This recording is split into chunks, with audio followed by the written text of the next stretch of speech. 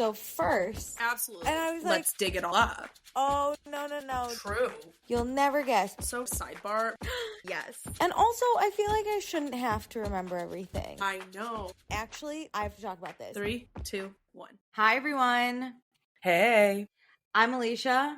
And I'm Meredith. And this is Also Podcast, a very special edition because a lot of bad things happen in the world. It's hard to handle, so Meredith and I find escapes a lot of the time through teen stories. We love a teen drama, and so This is our episode to discuss our recent teen dramas that we have watched and read because, hey, we all need an escape. Not even just watch and read, become obsessed with. Obsessed. I mean, I can't wait. No, like I'm concerned about myself and my sanity and what I'm going to do when some of this is over. Mostly concerned about, well, we'll discuss. We don't even, okay. It'll be great. But before we get started, check us out on Instagram, TikTok, YouTube, and Patreon. And please be sure to rate, review, and subscribe. I think we should still do small celebrations, Meredith. So do you have a celebration? Wait, can you go first? I didn't think about this because we haven't done it the last 2 episodes. We haven't done it? No, Damn. Because, I mean, granted, like, those were deep dives on BravoCon and Supervising Women Wives. Oh, so, like, you're right. We haven't had an episode for us. Yeah. Okay. I'm getting my first gloss today in my hair. What does that mean? Okay, so basically, I'm 31. Oh, I know, but like I'm so excited to be in my 30s. But the worst part is your body starts betraying you, okay? Forget the physical things. I've caught like 5 gray hairs in my head and I pull them out. I don't care if you're supposed to or not. Goodbye, you're dead to me. And they're all like towards the ground, like the back of my head. In one spot. Interesting. Yes. Oh, and I hate them. And so I was venting to the person who cuts my hair, and I was like, I'm turning gray. And he was like, I don't see any gray on you, but if you feel like upset about it, we could get a gloss so that it's like shiny, so the gray almost like hot is hidden within your shiny hair. I've never done this. I've only colored my hair twice in my life because I like my brown. So I was also telling him back in the day, if you had grays, you got highlights. I don't want highlights. I like my brown hair. And so he was like, if we do a gloss, it just makes it look like shinier. And I was like, oh, let's do that. Like, so, it could just be the light reflecting off of one of the pieces. Exactly. So originally I was just getting a haircut today, but I called and I was like, we got to add a gloss. I caught up gray hair in my head. And he was like, all right, calm down. We'll gloss you. And I was like, and I pulled it out. So it's not even there anymore, but I need to know I'm doing something to help. So I don't know. We'll see how it goes, but I'm about to spend a fortune to hide which is crazy because I could go to like, I don't know, physical therapy to like fix my knee, but I'm like, no. My body's just betraying me. But the gray hair is where I draw the line. I can do something. Yeah. I draw the line. So that's my celebration. Listen, I appreciate those priorities. Absolutely love it. I'm not turning gray. I don't have kids yet. Although when I think about it, I'm pretty sure my mom started to turn like very gray at 30.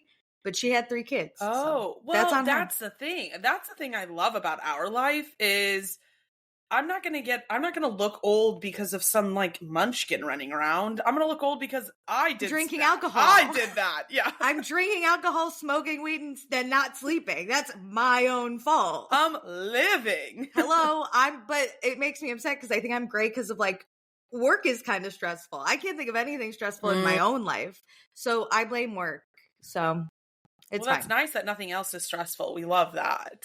That's a lie. Everything about me is stress. I just got back from a trip, and on the trip at the end, I had asked my friend, and I was like, I would try to be really chill this trip. Was I chill? And she was like, no, you are the most neurotic person I've ever fucking met. And I was like, I try to be really chill. Like, I was chill. You were like, and that was chill version She of was me. like, Alicia, you couldn't just walk around. You had to have like a destination. Like, I would be like, what do you want to do today? And she'd be like, I don't care. We could just walk around. I'd be like, okay, but what part do you want to walk around in? I hate aimlessly walking. Where are we walking to? What neighborhood are we walking What's through? The goal in mind? We have to have we don't need necessarily a destination, but you can't just say walk around. Do you want to walk around in the west side, but the it doesn't east have to side, be a hard the north destination. side? You need to have like somewhat of a plan, even if it's loose. Yeah, because maybe we need to get a train to then walk around in this area. I have to know.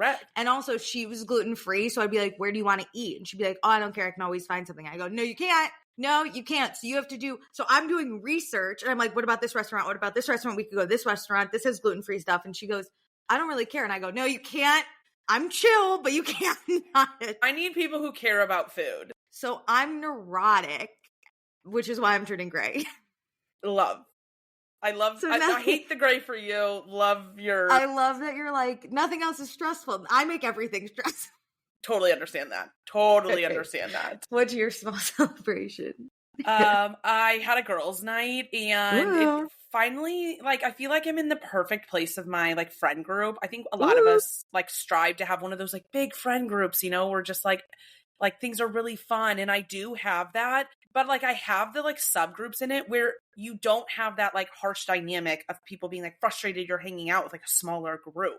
And I feel like I'm in the perfect stride of, like, friendship. And I talk to my therapist about this all the time. And it makes me so happy because I love just hanging out with my friends. Like, that just brings me so much joy. But I want all the forms of it. I want, like, one-on-one time. I want small group time. I want big groups where you're in, like, a loud apartment. And I have that. And I love it. Oh my God, what a fun celebration. How was girls' night? It was good. I was championing shots, which is, like, never my thing. And what's so funny is the girl who loves shots was not there. And I was like, she's going to be so bad. Because it was, like, singles girls' night, and that girl's in a relationship. She's... You know what? You know how some things are, like, for the girls and for the boys? Yeah. Shots are for the singles. And that you cannot change my mind on this. Girl, that girl, you cannot change my mind every time. And I always say you have to put up a hard wall with her at the beginning, because if you start from the moment you get to the bar doing shots with her, you're gonna have 72 of them. So you have to put up a wall and say, I'm not doing shots tonight. And then, like, by 11 p.m. maybe she'll sneak in one or two. Yeah. And then you're not, like, pissed. No, shots are for the singles. I'll say it. That's my hard take. The same way pancakes are for girls. Oh. So that's my other hot take. I think it's weird to watch boys eat pancakes. No, I agree with that. Weird. I don't like pancakes, though. So, like, waffles are for girls, too. Pancakes waffles, are only for boys. And French toast. Yeah. All the bread, all the breakfast breads. All the breakfast breads are for girls. Boys don't get any of that. Boys can have a BLT. Yeah, whatever. Enjoy that. But no. Breakfast. And shots are for the singles. You can, that means you can take shots, but I just don't think it's for you.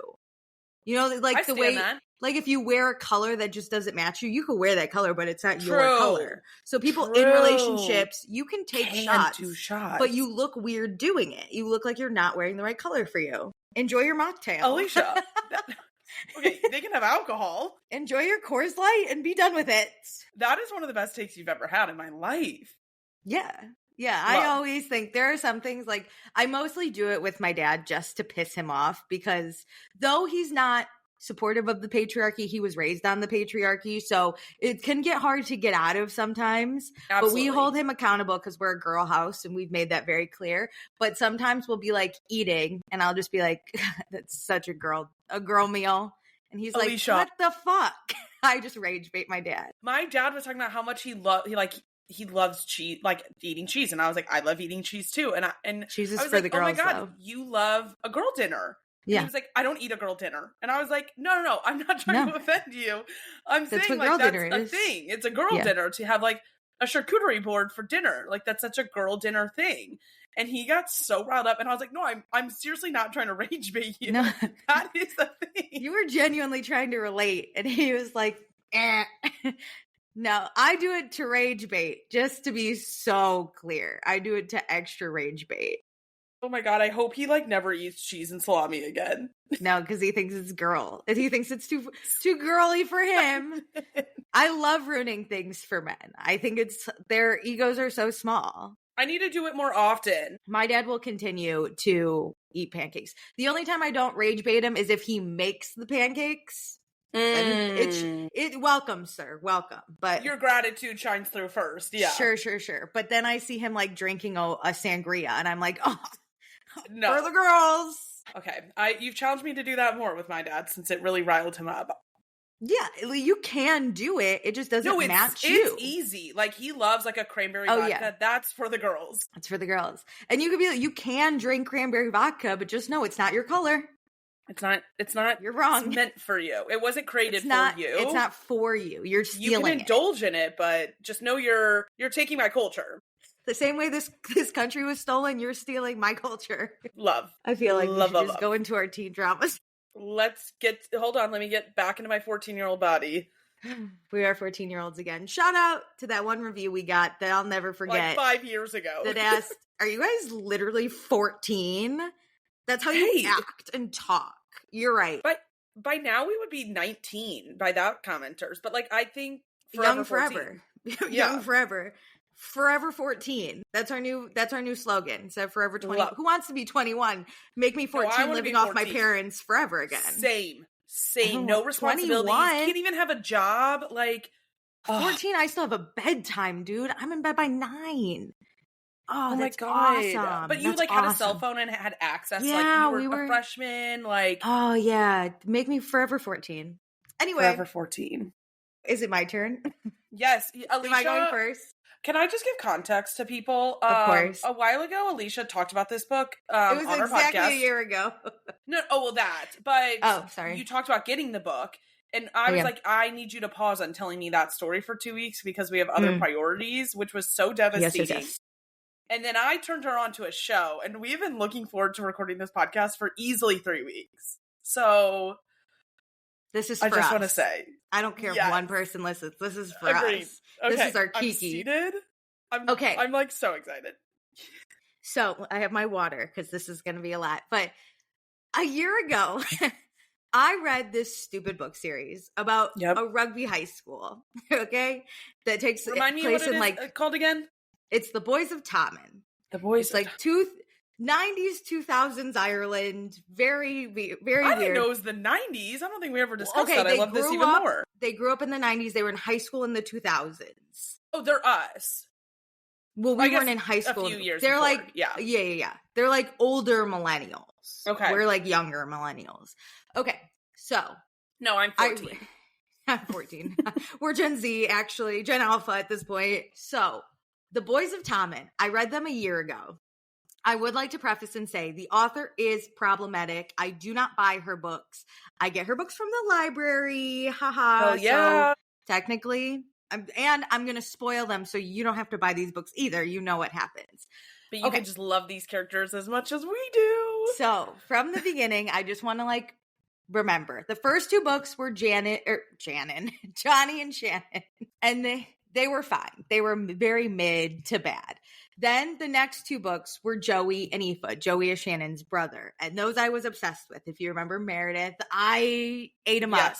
Yes. Then the 5th book was Claire and Gibbsy. And Claire is Shannon's best friend and Gibbsy is Johnny's best friend. And that book was terrible. I didn't even really tell you about it. However, it makes more sense now that I have the 6th book. That book is better now. Okay. And then this book is about Lizzie, who is Shannon and Claire's other friend. And then Hugh, who is Claire's older brother, but friends with Gibbsy and Johnny. Okay. Yes. So I like Lizzie. She's a very questionable character for a lot of people in the fan group. You either love her or you hate her. Why is she questionable? Why do people... Not questionable, but what's it divisive. Divisive, yeah. There's no one that's mid on her. Love or hate. She's the Sheena Shea of this book. Sure, but she is not the personality isn't there. That's different, but she is divisive. In Johnny and Shannon's books, all we really learn about Lizzie is she's friends with Shannon and she's really mean to Gibbsy. Okay, that's all we know. I remember you mentioning that. Johnny doesn't like Lizzie, but he's okay with her because Shannon is very hey, we got to be nice to Lizzie.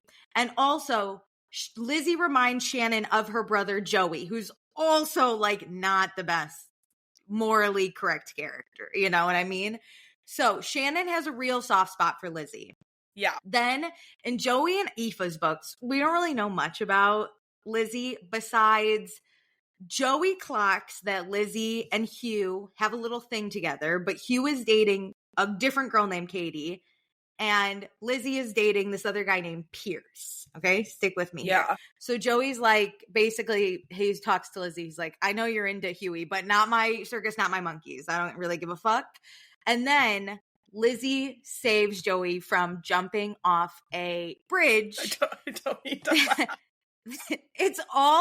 It's not funny, but it's like Degrassi. It's so outrageous so that all tragic. these things, terrible things happen to this like one friend group. It's just like Degrassi, where it's like, it's so unsuspecting, but like these people cannot catch a break. And it gets worse with Lizzie's book. But Joey was going to kill himself by jumping off this bridge. Lizzie saved him because that's the bridge her sister jumped off of to kill herself. So it was like, I'm not going to let you turn Shannon into me. Like, and Lizzie acknowledged she's like angry. She's mean. She's like, she cannot move on and she will not let that happen to Shannon. So Joey is like indebted to Lizzie. He's also, though, kind of indebted to Gibbsy because Gibbsy paid off his drug debt once upon a time. So he's really in the middle, but Gibbsy has like a group of friends that support him. Everyone just thinks Lizzie's mean. So Joey's kind of like, I'll support Lizzie because she has no one. Anyway. He gives her more attention because like clearly she needs that. She needs more than he does. It also gets complicated because his girlfriend Aoife is best friends with Hugh's girlfriend Katie. You can imagine. Oh my God. You can imagine. So I have to go into Gibbsy's story a little bit because it intertwines with Lizzie's a lot. So I'm going to talk about that. And that's what you said that you like got to know more, like you appreciate that story more, right? I appreciate Gibbsy.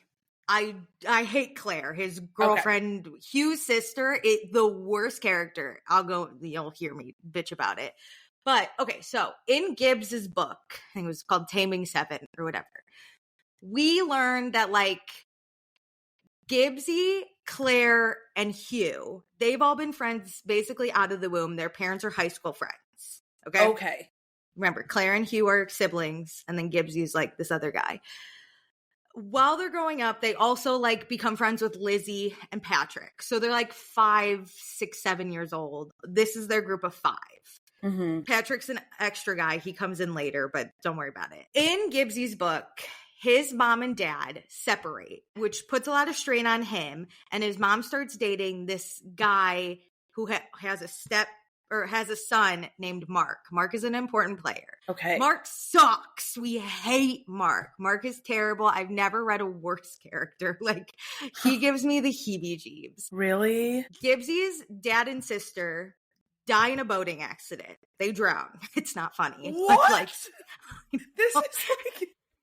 Go with me on this. No, I'm just, why? There's so much tragedy in this one town. They drown. So mom gets married to this guy. So Mark becomes stepbrother. Everyone hates Mark. Specifically, Huey fucking hates this guy. Mark comes by and Huey is like, yuck. Mostly because Mark's like the same age as them? No, Mark's older. Mark is maybe like, I would guess like 6, 7 years older. Oh, wow. Okay. 5 to 7, because Lizzie's older sister, Quiva, is the same age as Mark, and they date. Okay. So Lizzie is this the one that jumped off a bridge. Yeah. Yes. She jumps off a bridge later, but they're kids right now. They're all children. Yes. Okay. They're children, setting it up. Quiva's also the resident babysitter. So, like, this group of kids is very much babysat by Quiva. Mark will usually come over, which is why Hugh fucking hates hanging out with Mark. Gotcha. Gibbsy is very much bullied by Mark. In Gibbsy's book, Lizzie doesn't hate Mark, but she knows her friends hate Mark. She's more silent on the issue, if that makes sense. Because nothing's happening to her, but she can see that other people dislike him. Well, that we know. Just wait. Just wait. Oh my God. We learn in Gibbsy's book that he is sexually assaulted by Mark. He is, terrible. Trigger warning, this book series is terrible for the mentally ill. He, at one point, when he's really little, like maybe 7, he's a child, he tries to mention it to Quiva, to be like, Mark isn't the nicest. He, like, touches me. And Quiva is maybe 15, 16 years old and in love with Mark. So she's like, hey, that's a really serious accusation. Yeah. If you are kidding, you're going to get in trouble. And Gibbsy gets scared that he's going to get in trouble or Mark's going to hurt him, so he takes it back. So like Quiva's like, that's not a funny prank, don't do it. Which we have to give Quiva some grace because she's 15 she's a and child. the babysitter. She's a yeah, child. like when you hear somebody like a kid says like, oh, he's touching me, you like don't think that they know what they're talking about. Yes. Yeah. And this was also the late 90s still. So yeah, like we had no education on that. we didn't believe that this was happening as much. Especially to boys. Like especially to boys. Yeah. We learned that, whatever. Then in Gibbsy's book, we get to the part where like Quiva jumps off a bridge. She dies. Lizzie's family accuses Mark of like raping Quiva, and that's why she jumped off the bridge. But obviously Gibbsy's family is like, no, that didn't happen. So Lizzie starts to hate Gibbsy because she can't, like in her brain, she can't separate Gibbsy from Mark. Like Gibbsy to her like stuck with his family was technically involved. It's like you're going to wrap it up into the whole family, even though this poor child had nothing to do with it. And all their families had become friends. And then when this happened, Lizzie's family was it fractured everything, excommunicated, obviously. And then Hugh's family picked Gibbsy's family side because they've been friends since they were kids. Yeah. Which also, like, Lizzie, I'm sure that hurt. She just felt like Gibbsy didn't have her back. Or whatever reason. Well, even like, despite the family stuff, like, yeah, your parents might not be friends over this, but it probably feels like he's not doing enough to like want to maintain, like, or show up for me. Exactly. So we can understand. So Lizzie, though, she tries to like not say things, but I think it gets to a point where she's just around Gibbsy so much. She then says a lot of things. She did say one terrible thing that I do think needs to be like addressed. Oh my God, what? She was fighting with Gibbsy. And I will say she always feels backed in a corner because her best friend Claire is also best friends with Gibbsy. And Claire always takes Gibbsy's side. So like Claire and Gibbsy were arguing and Claire started yelling at Lizzie too. And Lizzie said the wrong child drowned that day on the boat, which is terrible. It's terrible. Oh my God. But Gibbsy, so nice. He's not even like mad at Lizzie. He knows Mark's a bad guy. He's mad Mark fucking did this to like, he's like, I get Lizzie's grieving still. Like he can understand that. He gives her grace. He gives her grace. Claire gives zero grace. Fucking bitch. Anyway. But it sounds like Gibbsy isn't talking to Claire about it though. He's not. He's more like, let's just not. Gibbsy's the type of person. Lizzie deals with her grief and anger by being mad and being vicious and being mean. Gibbsy deals with his by like being the class clown, laughing everything off. It's a joke. Which also angers Lizzie because she's like, it's not a joke. You know what I mean? So they are just, the two of them have so much grief and they are so small and don't know how to deal with it. But like they're in high school when she says this, so she should know better. But she even says though, like it kind of comes out and she's like, oh my God, I didn't mean, she kind of says things about she has like regret, but she won't like, say it out loud because she's still so angry that it's like, I'm not going to say I'm sorry to you. And we'll learn more about her brain, which is very interesting that I can get why she said it and then was like, oh wait, let me double down. So then in Gibbsy's story, just to wrap this up, we learned from just his POV, he has a note under his bed from Quiva. It's basically a wait. Go back. Sorry. Rewind and freeze before Quiva dies, right? There's one night she's babysitting Gibbsy, so they're kids again. There's one night that she's babysitting Gibbsy. She walks in, because she was dating Mark, so she would just walk in their home. Mm-hmm. She walks in to Gibbsy's room and sees Mark assaulting him. So Quiva now knows. This was like a few years later, but she knows. Yeah. And she is disgusted. She, like, Mark stops. He, like, starts chasing Quiva because he's like, you don't know what you saw, and like whatever. And then they leave the house, and all we know is Gibbsy then goes over to Hugh's house and cries. And Hugh thinks it's about his dad dying, but he's like, we don't press. Yeah. So that's all we know. Then Quiva dies. That's the next thing we know. And then him and Lizzie are like fighting, arguing. We know from Gibbsy's high school POV, he has this note from Quiva that basically says, I, Quiva Young, saw Mark assaulting Gibbsy. Like, take this to the police. He's a bad guy. Like, basically a confession, but not a confession, but like a note. It's an eyewitness account. So then, like, it supports the, like, if a survivor comes forward, you know? An eyewitness account. Good. So he has that under his bed, but no one knows. No one knows about Oh my him God, being I can't believe he assaulted. didn't use it. But I guess like with the He didn't familial use stuff it. and you watch your family like fight for your like Yeah. stepbrother, you're like, what the like they're not going to believe me. And I will say, Mark, for some reason, beloved by every adult that's ever met him. Well, a lot of predators are. Beloved. This man is beloved.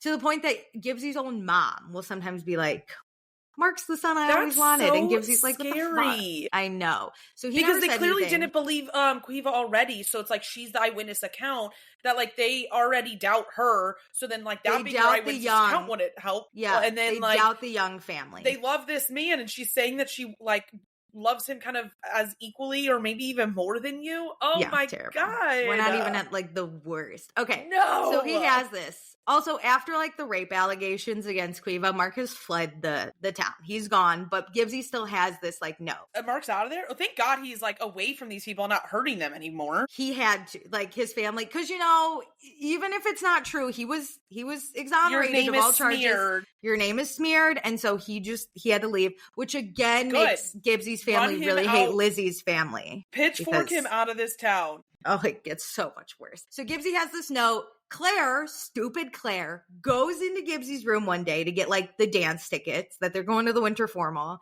And she sees this note and she just grabs it. She's like, oh, okay. So then she reads it at the winter formal with Shannon. Shannon's like, hey girl, we A, shouldn't have read this, and B, shouldn't say anything. Agreed. But then, like, of course, let him come forward in his own time. You don't force people to come out with stuff like this. Meredith. And then Lizzie and Gibb start arguing. And Claire turns on Lizzie and goes, it wasn't Lizzie who was raped, it was Gibbsy. And Gibbsy was like, what? And she's like, I read this note. And then we're in Gibbsy's POV, so he just leaves. So we have no idea what really happens in that room. He's like, what the fuck? So we know at the end of Gibbsy's book, which is as far as we make it in this timeline, he tells the police they have to go find Mark because he's not in town anymore. Yeah. And him and Claire aren't really speaking. And now Johnny is like being a good friend to Gibb. So that's what we know, right?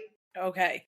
Okay, now let's go all the way back to when Lizzie was like 3 years old, okay? Okay, because this is now, we're starting over. That was a big timeline. The other book. Yeah. That's as far as we've ever made it. No other book has gotten us to this winter formal. That is as far as we've gotten. It's like January, Jesus. So Lizzie's book starts out when she's 3. It's very interesting because my mom's a speech pathologist and Lizzie has selective mutism, so I kind of know about it. I remember you talking about that. Okay. I had a friend growing up also who had this, but basically she's not speaking. And she gets really, because she's trying to communicate, but she gets really frustrated when people don't understand what she's trying to say. And her older sister Quiva and dad are both like, Lizzie's fucking crazy. Lizzie's insane because she has all these temper tantrums. She's like, she's a bad girl. She gets frustrated. She's naughty. She's like all these things. And Lizzie in her mind is like, I just want to be good. I'm trying to be really good. But the voices in my head make me bad. She's like, the voices in my head make me bad. So it's like, it's weird. You don't really know, but she's 3. Her mom, though, is like, Lizzie will get there on her own time. Also, side note, let's just make this more traumatic. Lizzie's mom has cancer throughout this entire fucking book series. Lizzie eventually speaks when she's like 4, and she does try to talk to her sister about how she like hears voices and sees a scary woman. There's this scary woman that she sees. Holy shit. And her sister is like, first of all, don't tell anyone you hear voices because you're crazy and dad will send you away. And second of all, I do back that. Like that is well, she's like, second of all, there is no scary woman. And Quiva tells Lizzie basically that their dad's side has a history of mental health issues. Ooh, that's scary. And they, because it was probably like the 70s, 80s, they were all committed. So Lizzie's going to be fucking committed. So don't tell anyone. And Lizzie's like, okay, but her family, specifically her dad and her sister, anytime she acts out, she like immediately, they're like, you're fucking crazy, you're a psycho. And she's not saying, a lot of the times in her mind, it's justified, right? Like this one kid was picking on Shannon, so she bit that kid, right? She's like, fuck this kid. She's like, he's a bully. So especially she struggles with words, like she's gonna try to act rather than like Yeah. fight it out with words. She's going to try to fight it out physically because she can do that. And her sister's obviously like, you're crazy. You make it, I get it as an older sister. It's like, you make it hard for me because I have to fucking claim you. But you know what? Lizzie's trying, but she does hear voices. She does eventually get diagnosed with like, I think it's early onset bipolar. Okay. But that's the one. There's two types of bipolar. And if I remember correctly, the first one is you like see and hear things. The second one isn't as like intense with those visuals and like extra voices. So she gets diagnosed with the first one where it's like, which I think's incorrect, and we'll get there. Okay. She's basically been told by everyone, don't trust your brain, whatever it's telling you is not real. So she's like, oh, that's so sad. Which it comes back later. Anyway. But then we meet Hugh. He's just some 7-year-old who's having a birthday party. He has a great family life, right? And his mom, he doesn't have any tragedy. He's surrounded by it. This man cannot get away. All of his friends have too much, and he has to bear it. No, Hugh's great. I'm obsessed with him. Anyway, he's 7, and his mom's like, hey, guess what? You got to invite your sister's friends to your birthday. And he's like, oh, girls have cooties. I hate them. So this is what he's going through. But then he has to invite Lizzie, which he's like, whoa. He's hey, girl. 7-year-old taken aback. Hey. Taken aback by her beauty. He's like, okay, I do remember, like, your first crush. You're like, what are all these feelings inside of me? He looked at her and was like, what the fuck? And Lizzie's also, here's the thing. Hugh is the oldest brother, right? And he's like, whatever, 7. Lizzie has an older sister who, like, her first day of school meets Mark and is, like, obsessed. So Lizzie's like, I got this. So she basically tells Hugh, like, you're cute. I like you. And he was like, what? His mind's blown. But before his birthday, Lizzie's mom calls Hugh's mom because Hugh's mom's a nurse. And it's basically like, hey, Lizzie has behavioral issues. No, she outs her? Just like to the to mom. be prepared? Okay. Yeah, just so you know, Lizzie is a special kid, you know. So just the mom is the only one that kind of has Lizzie's back. So she tells Hugh's mom to be like, just so you know, be prepared. If something she's not happens, crazy. Just know she might have we're figuring out Yeah. everything with the meds, and then it might be a little off. Hugh is like 7 going on 40. He's old soul. But his mom sits him down and is like, hey, when Lizzie's here, just like, you know, make sure she's okay. This is her first birthday party. Kind of like sets it up where like she just needs like, you know, keep an eye on an her. extra friend. Yeah. And you're such a good boy. Be kind and like to her. Yeah. And Hugh's like, I love when a mom is like to a boy, like, be kind to her. Well, Hugh is like, oh yeah, my mom's telling me to hang out with Lizzie. That's what I wanted. You know? But even at his birthday, so like they hang out birthday, he was like enamored by her. At one point, it's Lizzie's POV. She feels like she needs to just have this temper tantrum. She's 7 or 5 or something, so she can't really articulate it in her POV, but she feels like this her, chaos in her badness coming out. Mm-hmm. And Hugh like sees this happening, and he goes over and he's like, hey, like, are you okay? And Lizzie's like, I just need to leave. And he was like, no, it looks like you're having a panic attack. Let's just breathe, you know, like let's breathe. Oh my God. And so he helps Lizzie. So Lizzie's like, oh my God, am I gonna get better? I already thought you were cute, and now you're helping me through my like badness. Yeah. Okay, let's ruin Lizzie's life a little though. So absolutely, please. Okay, so I told you how Quiva and Mark are dating, right? Mm-hmm. Lizzie's a child. She's like 5. Lizzie's parents are always at the hospital overnight because mom's got cancer. Lots of cancer. So Quiva babysits, obviously. I mean, abandonment of children is the name of the game in this town. Love it. And when your parents aren't home and you're a teenager, you invite your boyfriend over. Absolutely. Which, you know what? I do back a little. Like, live your life, girly, but your boyfriend sucks. Here's the thing. So Lizzie will sometimes act out at home, and her sister will be like, Lizzie, you're fucking crazy. I hate you. Like, really yell at her. They are sisters to the bone, these two, you know? And Mark will be the one that's like, don't talk to your sister that way. Lizzie's okay. She's just a kid. See, this is why parents like him, that side of him. So Lizzie's like, oh, Mark's nice, right? She is asleep or trying to sleep one night. Quiva, I'm sure, is asleep too. But Mark comes into Lizzie's room. You already know where it's going. It's so terrible. But he prefaces it as, I know you have these feelings. Your sister told me about them, about the voices and stuff. Not him being such a predator on her feelings. I can make those voices go away. No! But that's so gross. If you tell anyone, you're going to get sick like your mom and Quiva's going to die. And she's the 5. fact that it happened, though, too. What? Like, Quiva does die. Like, well, just go with me. She's 5 at the... Quiva's alive. Go with the timeline right now. I'm just saying it's crazy, just, like... go with me on this. Yeah.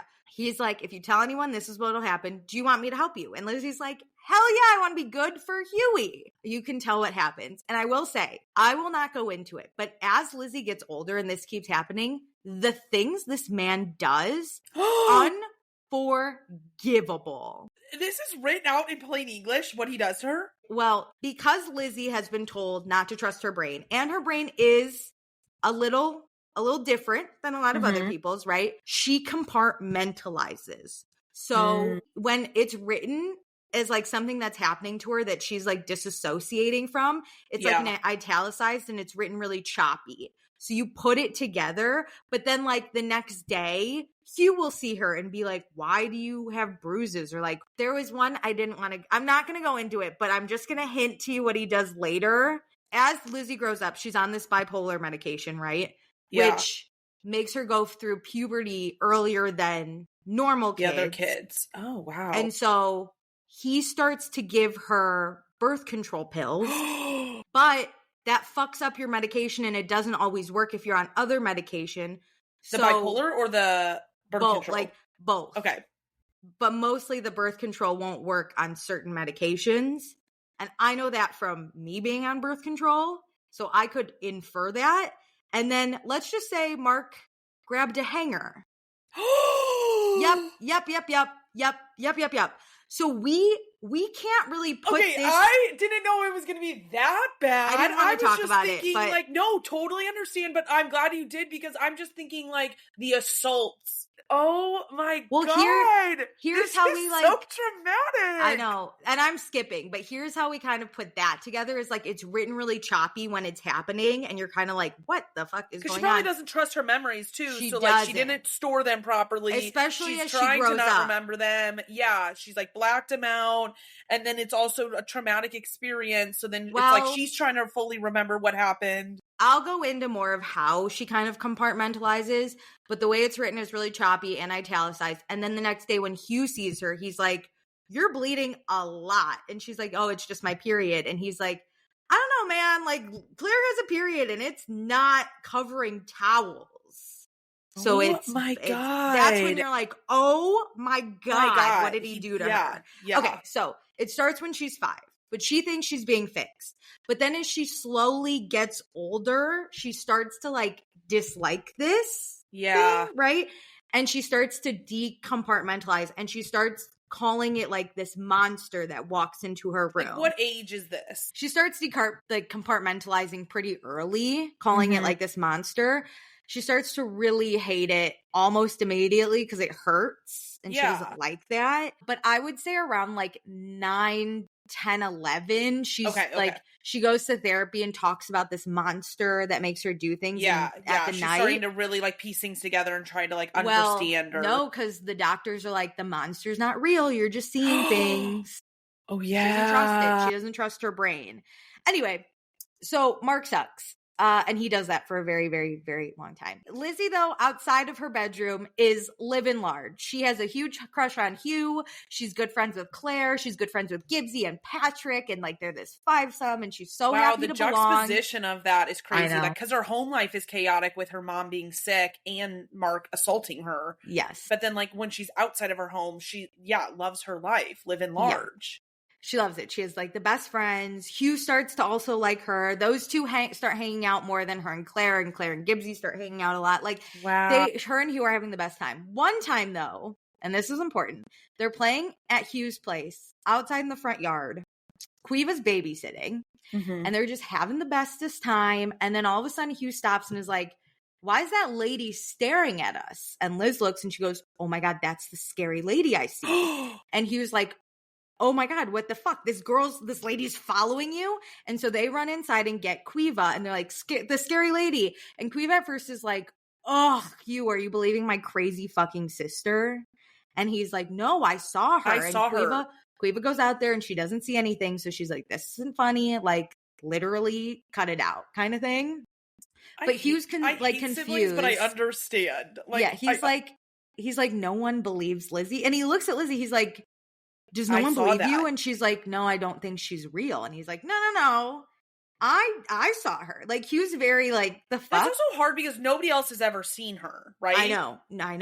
At one point, because Lizzie changes, like, as she grows up, changes, like, medications a lot and, like, has her highs and lows that come with bipolar disorder, she will miss school sometimes. She'll, like, not be around to hang out. And Hugh gets concerned one time. Does he know she's bipolar? No, this is where he finds out. He goes to Lizzie's house and is like, sees her kind of just laying there and like so sad and like really in a low. And so he gets his mom and Lizzie's parents and he's like, what the fuck is this? And they're like, okay, she has bipolar disorder. But here's where Hugh is so cute. He like he wants to be a doctor when he grows up, and he reads up on it to find out how to best help Lizzie. And he will like go over and just lay with her when she's low. Stop. Just to like tell her someone cares. Yeah. Oh, he's really cute. When they were really little, he said to Lizzie that he wanted to be a heart doctor because there's too many broken hearts in the world that he wants to fix them. I know, he's like really a great kid, right? I love. Okay. We need one. We need one hopeful. He's so good. He's so good to her. Okay.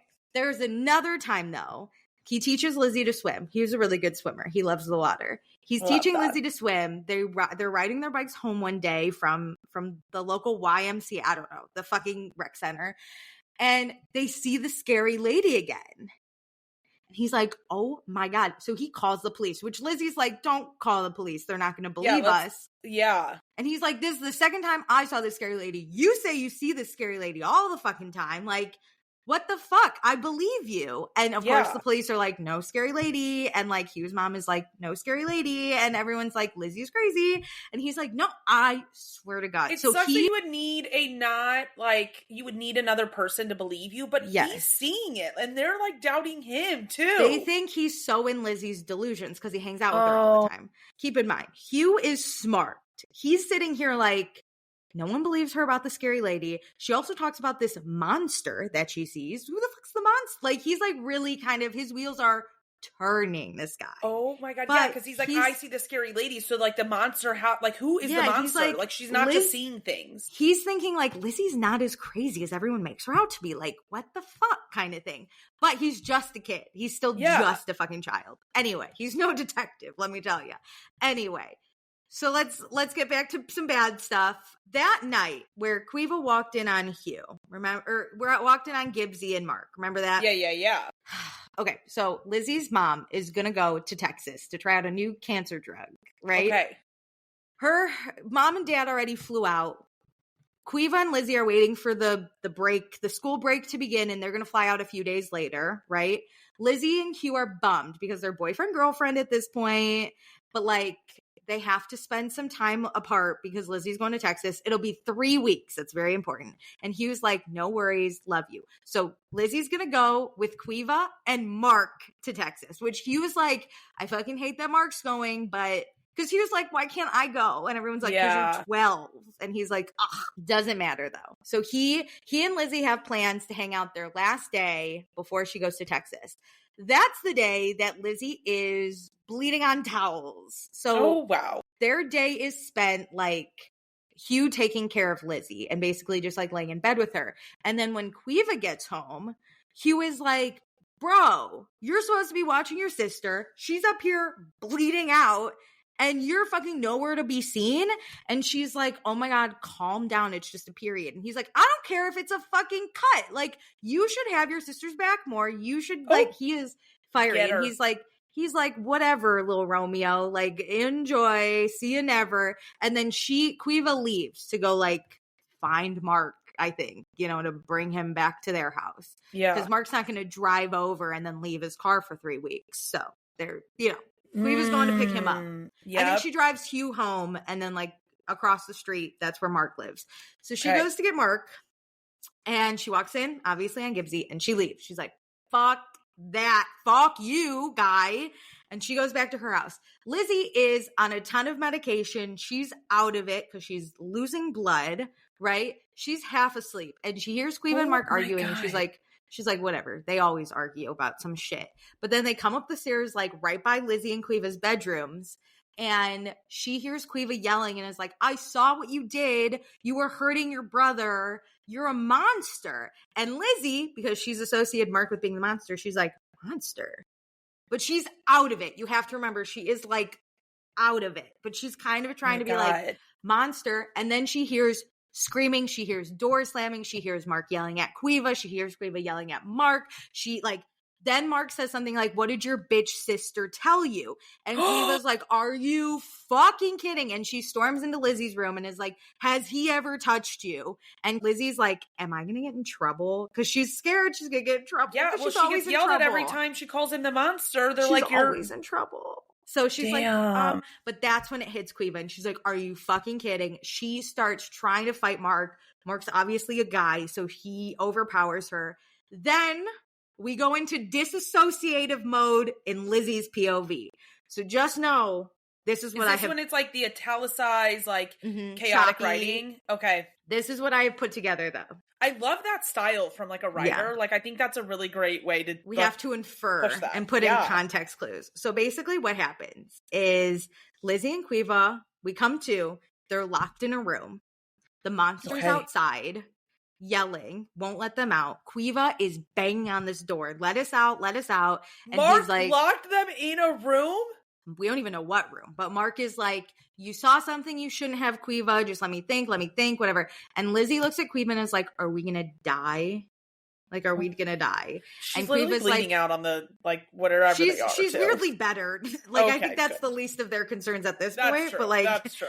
And Quiva says, you're not going to die. And she writes a note and puts it in Lizzie's sock and says, give that to Gibbsy. If anything happens to me, Gibbsy will help you. He will save you, kind of thing. Wait, I have chills. Are you about to tell me that Mark throws her off this bridge? Will you listen? Will you fucking listen for once in your life? So then we come to, and they're in a car. Lizzie's like strapped in this car. Quiva is passed out, unconscious next to her, and Mark is driving this car. And the whole time he is saying, everything that's happening is Gibbsy's fault. Gibbsy's the reason this is happening, right? He's like, he's groomed Lizzie since she was 5. And she's now like 10, 11. So she's like, what the fuck is happening? And he keeps telling her, this is Gibbsy's fault. This is Gibbsy's fault. This is Gibbsy's fault. They drive to the bridge and he shuts Quiva off this bridge. Not kidding. And then he looks at Lizzie and is like, your sister's dead because of Gibbsy. And Lizzie's trying with all her might to be like, no, that's not true. Gibbsy's my friend. He would never do that. But she's like, really, she's losing it, right? She's like, there is so much trauma on this girl. And she has been told not to process it, not to trust her brain. She has been groomed by this man. Like, there is so much. Her brain, its brains are fascinating. Her brain is like exploding. Like, it has no idea what's happening, right? That's fucking insane, Alicia. We cut to Huey. Hugh's mom wakes him up and is like, hey man, we got to go to Lizzie's house. Quiva's dead. And he's like, what are you talking about? They're in Texas. They've been there for 2 weeks. We have 1 more week till they're supposed to be back. And his mom's like, I don't know what is happening, but we got to go. So they head over there. Lizzie is there. Mark is there. Parents, not there yet because they were in Texas. And Lizzie is mute. She, again, not speaking, this girl. She's not talking. Well, she's traumatized to the bone. But Mark tells the police that are there that this is what happened. They were supposed to go to Texas, but Lizzie was so crazy and psycho that Quiva didn't want to fly with Lizzie. Ugh, she's so embarrassed of her sister. And they dealt with her for 2 weeks, and all she did was go... Whoa, hold up. So he chucked her off that bridge, and then 2 weeks later... No, he chucked her off the bridge after 2 weeks of them in this room, question mark? But also, we don't know. We don't know because Lizzie has not told us if Quiva died day 1 or day 14. We have no idea. All we know is something happened on day 1, and then they were supposed to leave like a few days later for Texas. They were supposed to leave the next day. No matter what, 2 weeks after, like, when, what's her name? What's the Q name? Quiva. The sister's name? Quiva. When she sees Mark assaulting his brother, like, from that day 1, 14 days later is when they find out she's dead. Other people find out she's dead, and the parent, okay. And but we don't know when she died. The only reason we really know it's been 2 weeks is because he was like, my girlfriend that I love and adore is not home for another 7 days. 2 weeks. I've been counting. I'm counting the hours. So Hugh shows up, right? Mark is saying they didn't fly. Lizzie was so crazy for 2 weeks. They had been dealing with this. She was physical. That's why they're both covered in bruises. Like, the house is a mess because of Lizzie. And so Quiva had called. Also, what the fuck is with these parents? Your children didn't come meet you in Texas like they were supposed to? Will you pause and listen for one side? I'm literally that's my next sentence.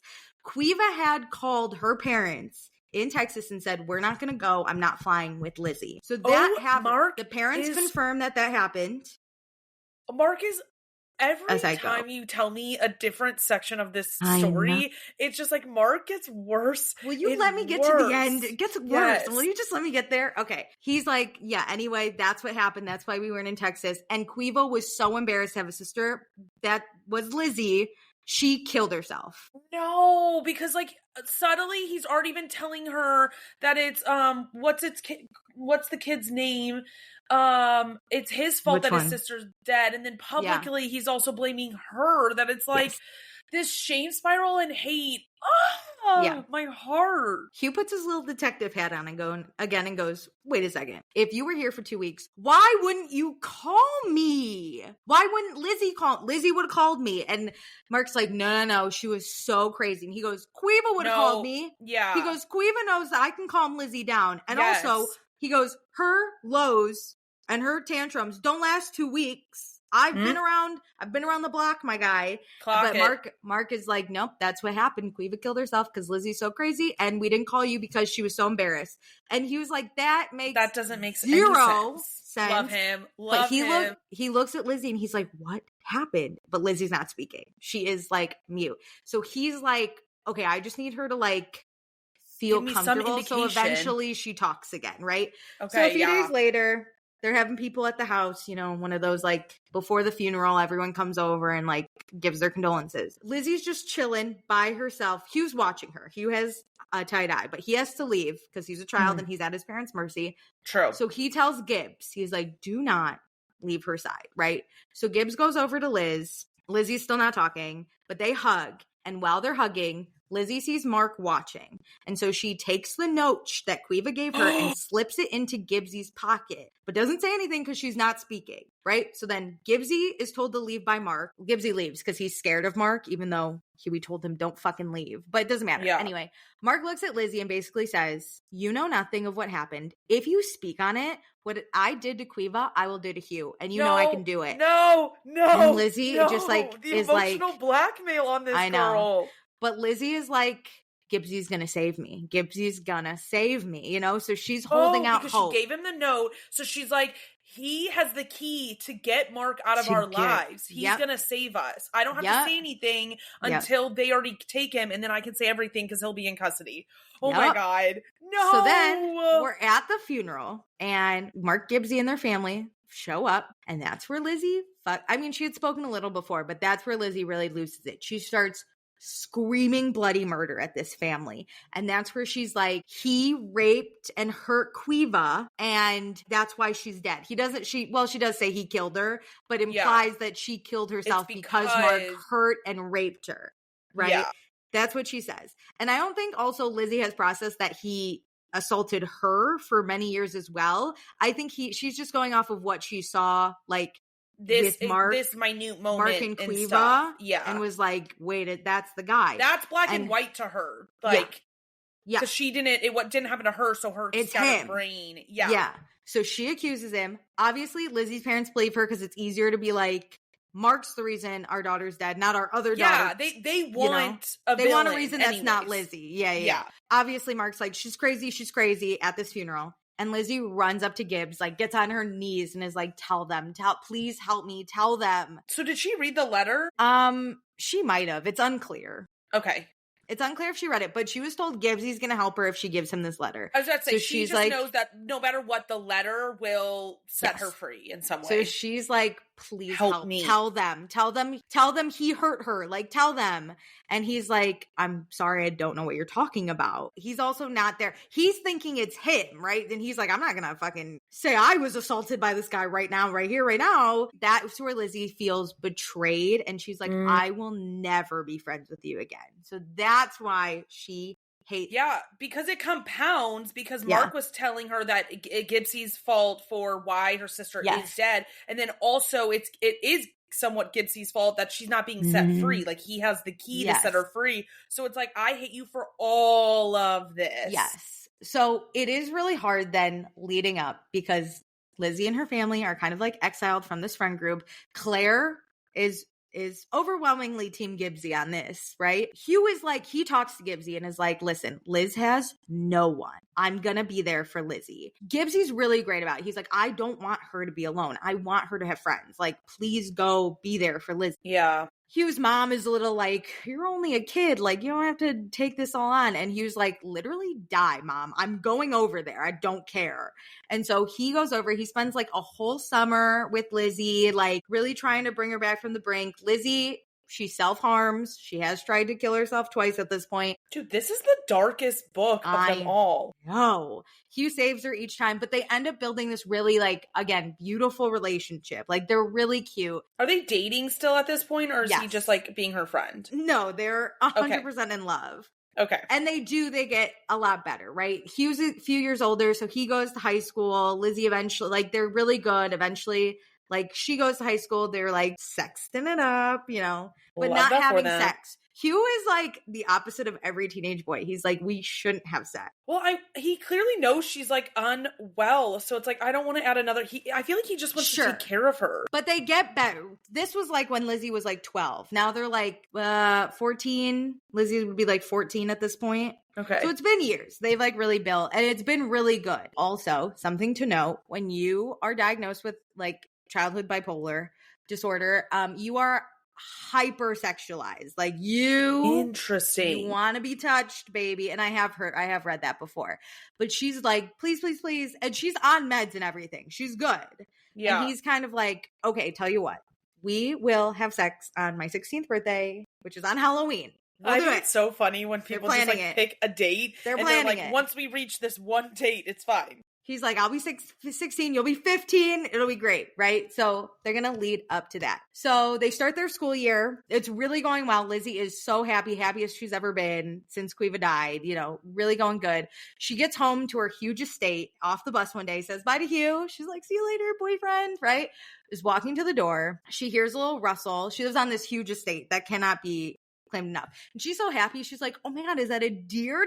Am I lucky I get to see a deer? Nope, it's Mark. He's back. No! You can imagine what he does to her. Oh, he just rapes her. It's terrible. It's terrible. That's so sad because she just wants to be touched by her boyfriend, and then like the only touch she's getting is such bad touch. But it's now, so sad. Now Mark is like, does Hugh know how filthy you are and disgusting? Like, I've been touching you for years. You're gross. You're a slut. Why do you have to ruin her life? A whore. You take so much from her. Because she's disassociating, so it's the monster, and you kind of hope in a way, you're like, maybe it's not real. Maybe it's not real. But then he slips her a little present in her waistband, and it is real, because when she's back to Lizzie in her brain, she looks at the pictures that he slipped her. They're pictures of her from when she was a kid, like, scrolled out. Yeah, it's terrible, dude. It's terrible, dude. So she knows it, like, wasn't a dream. She knows this was real, but she, like, no one believes her. She shouldn't believe her brain. She's like, yeah, but we have photo evidence. Here's the thing, too. She's like, damn, like I was so happy and this still fucking happens to me. So she stops taking her meds because she's like, what's the fucking point if bad things are still going to happen to me? Right? Which is bad. So she stops taking her meds. Hugh kind of figures it out. He's like, I've been around this girl long enough that I know when she's on some meds or not. Yeah. And so he's kind of like, I'm going to let her process whatever she's going through, but like, she should probably be on meds.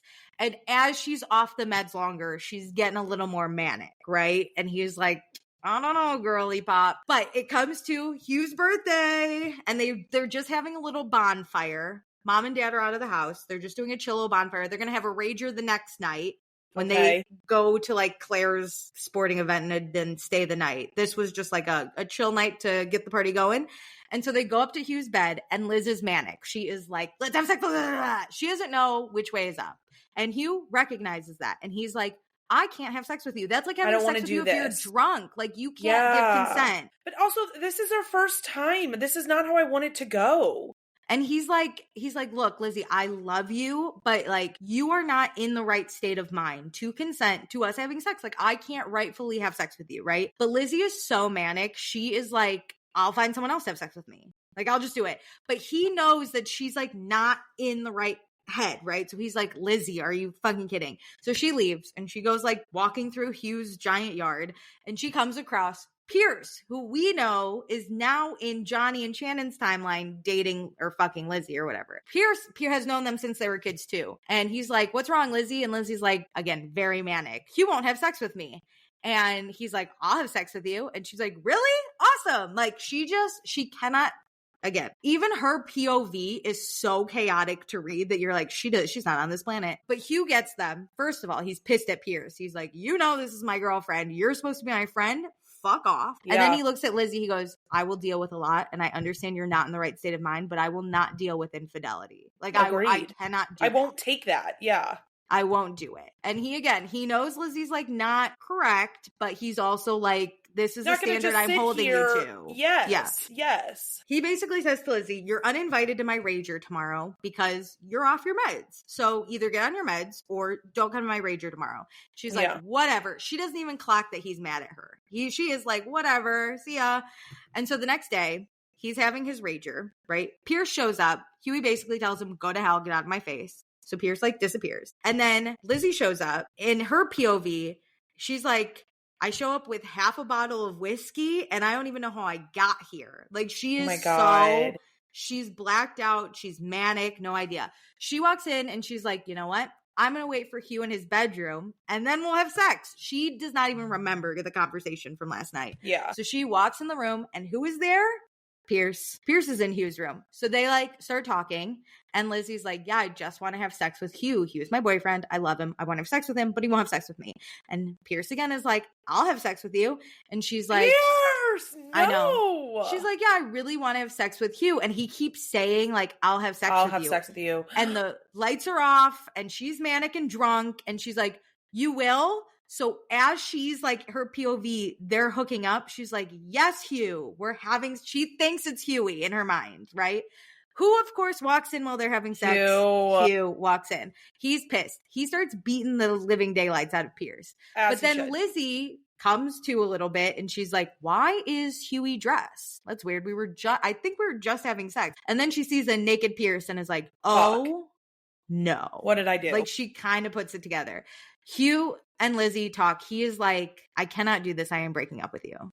Like, this was a hard no. This was a hard no for me. This is my limit. I can do with a lot, but this is it. Lizzie is like so manic. She cannot even though like comprehend that this is the breakup, right? She cannot do this. But in her mind, she's also like, she recognizes she shouldn't be dating Hugh because she's a whore and she's a slut and she's disgusting. So like, because Mark probably told her all that stuff. I know. So the only people who know what really happened are Lizzie, Hugh, Pierce, obviously, and then Gibbsy and Patrick. Hugh tells them, but Hugh says, never speak of it. Like, this is a no-go. I don't want to ruin Lizzie's reputation. They don't know she has bipolar disorder. Hugh knows. Hugh can recognize that like there's a lot Lizzie is going through and he doesn't want to like ruin her. Yeah. So he's like, we're not going to speak on it.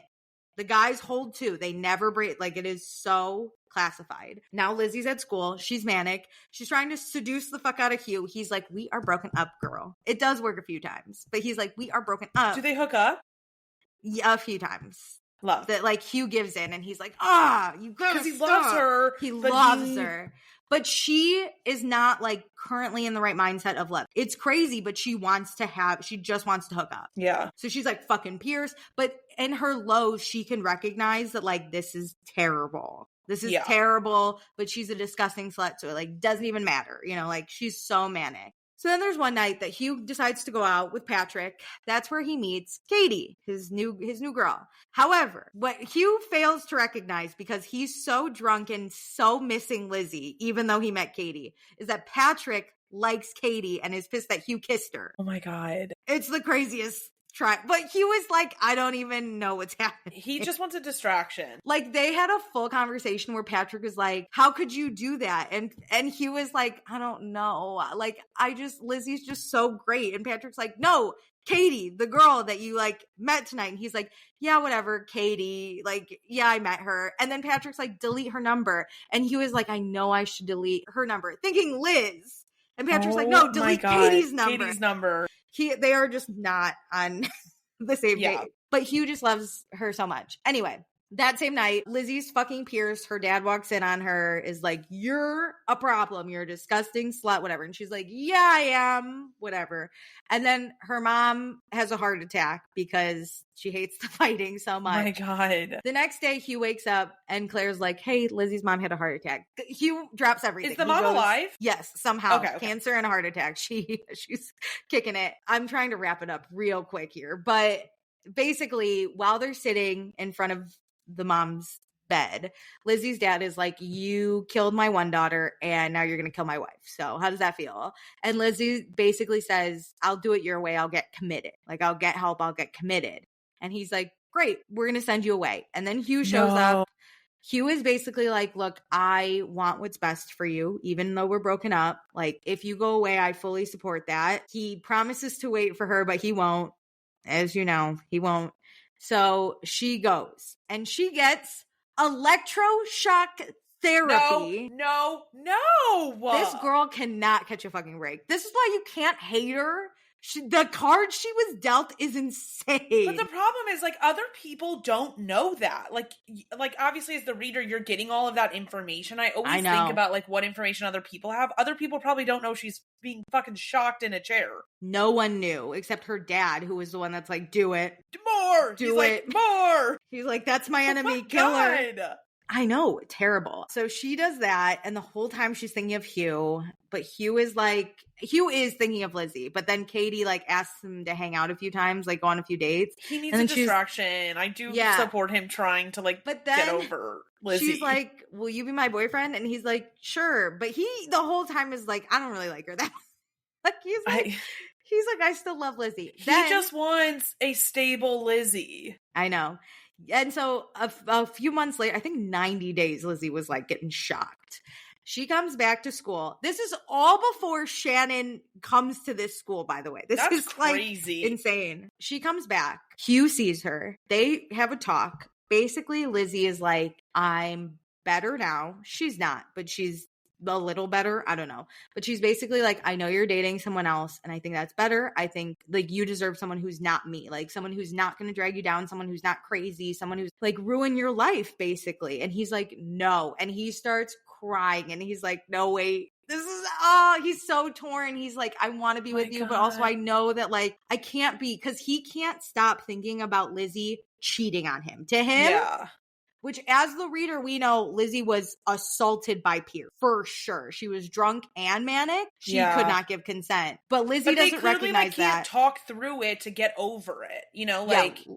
Lizzie doesn't recognize she was assaulted. She thinks she did that and she deserves the consequences. Hugh doesn't know the full story. Pierce is a fucking loser, right? Literally, Hugh is like, I want to be with you. I just can't get, like, the vision of, like, Pierce out of my head. And she's like, no, I get that. I'm a walking whore. away. I suck. I'm walking away. Yeah. And their thing throughout the book was always like Hugh saying to Lizzie, I'll never leave you, like no matter what. And so as they're sitting there, Hugh's like, I said I would never leave you. And Lizzie's like, you're not, I'm leaving you. And she like walks away and it's chilling. And Shannon hasn't even shown up yet. Yeah, she hasn't even shown up. She hasn't even gotten hit with a rugby ball yet. And we haven't even gotten to that dance. Like, no one's gotten to the dances as far as we've gotten. I'm not going to reread them, but a lot of people reread Shannon and Johnny's books. Not that Johnny's a really reliable narrator, but there are moments where that like you understand better because Hugh and Lizzie are like they're fighting or like something. Okay. There's one thing in particular where like Hugh looks like really sick one day. Right. And like people think that's when he finds out about Pierce and he feels sick that like. That's so interesting because these timelines aren't like they're not the exact same time frame with like each, like the first book's all the same time frame for everybody. Because like, Johnny didn't show up. Yeah, Johnny didn't show up till he was 14 and then Shannon didn't show up till she was 14 and Johnny was 17. Like those two. But like this other group of friends, I'm fascinated by because they've known each other since they were tiny and have gone through all this tragedy together. Yeah. Like I'm fucking fascinated. And there's even scenes where, like I said, Joey sees Lizzie at a party. We haven't even gotten to that party where he clocks that Lizzie and Hugh are like together. People think that Hugh and Liz basically hook up and Katie and Patrick basically hook up. But Katie and Hugh will date and then Patrick and Lizzie do have a little thing at one point, but I think theirs is just like they know, but I don't think Katie and Hugh know that they're cheating on each other, but they are. But I think Patrick and Lizzie do know. But Patrick always throughout the books, like when she said that terrible thing to Gibbsy, he kind of has Lizzie's back a little more than other people. So I think Lizzie probably tells him she's bipolar because he has like a real soft spot. Yeah. It's very interesting. Anyway, wow. I love Lizzie. You can't make me hate her ever. Damn, that's rough. That took an hour. Let's talk about something better, like Maxton Hall. Let's decompress. Oh my gosh, Alicia, I'm obsessed. I'm obsessed like no other. Oh, to Maxton Hall? Yes. Yeah. Like I watched it in English, dubbed, and then I've watched it in German too. You told me to watch this show. How did you discover it? Because you and I had that conversation. You were like, I need some Rex. And I gave you like Scandal, like, and The Diplomat or whatever. And it's like, yeah, those are good shows. But then I remember probably like 2 or 3 nights after we recorded that episode, it was definitely like a Thursday into a Friday.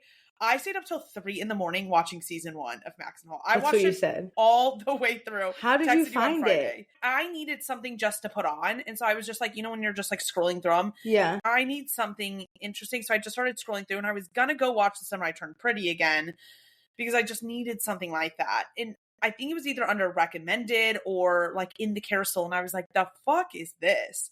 And when I turned it on and it was dubbed over, I was like, I don't know. But I was like, let's just watch it.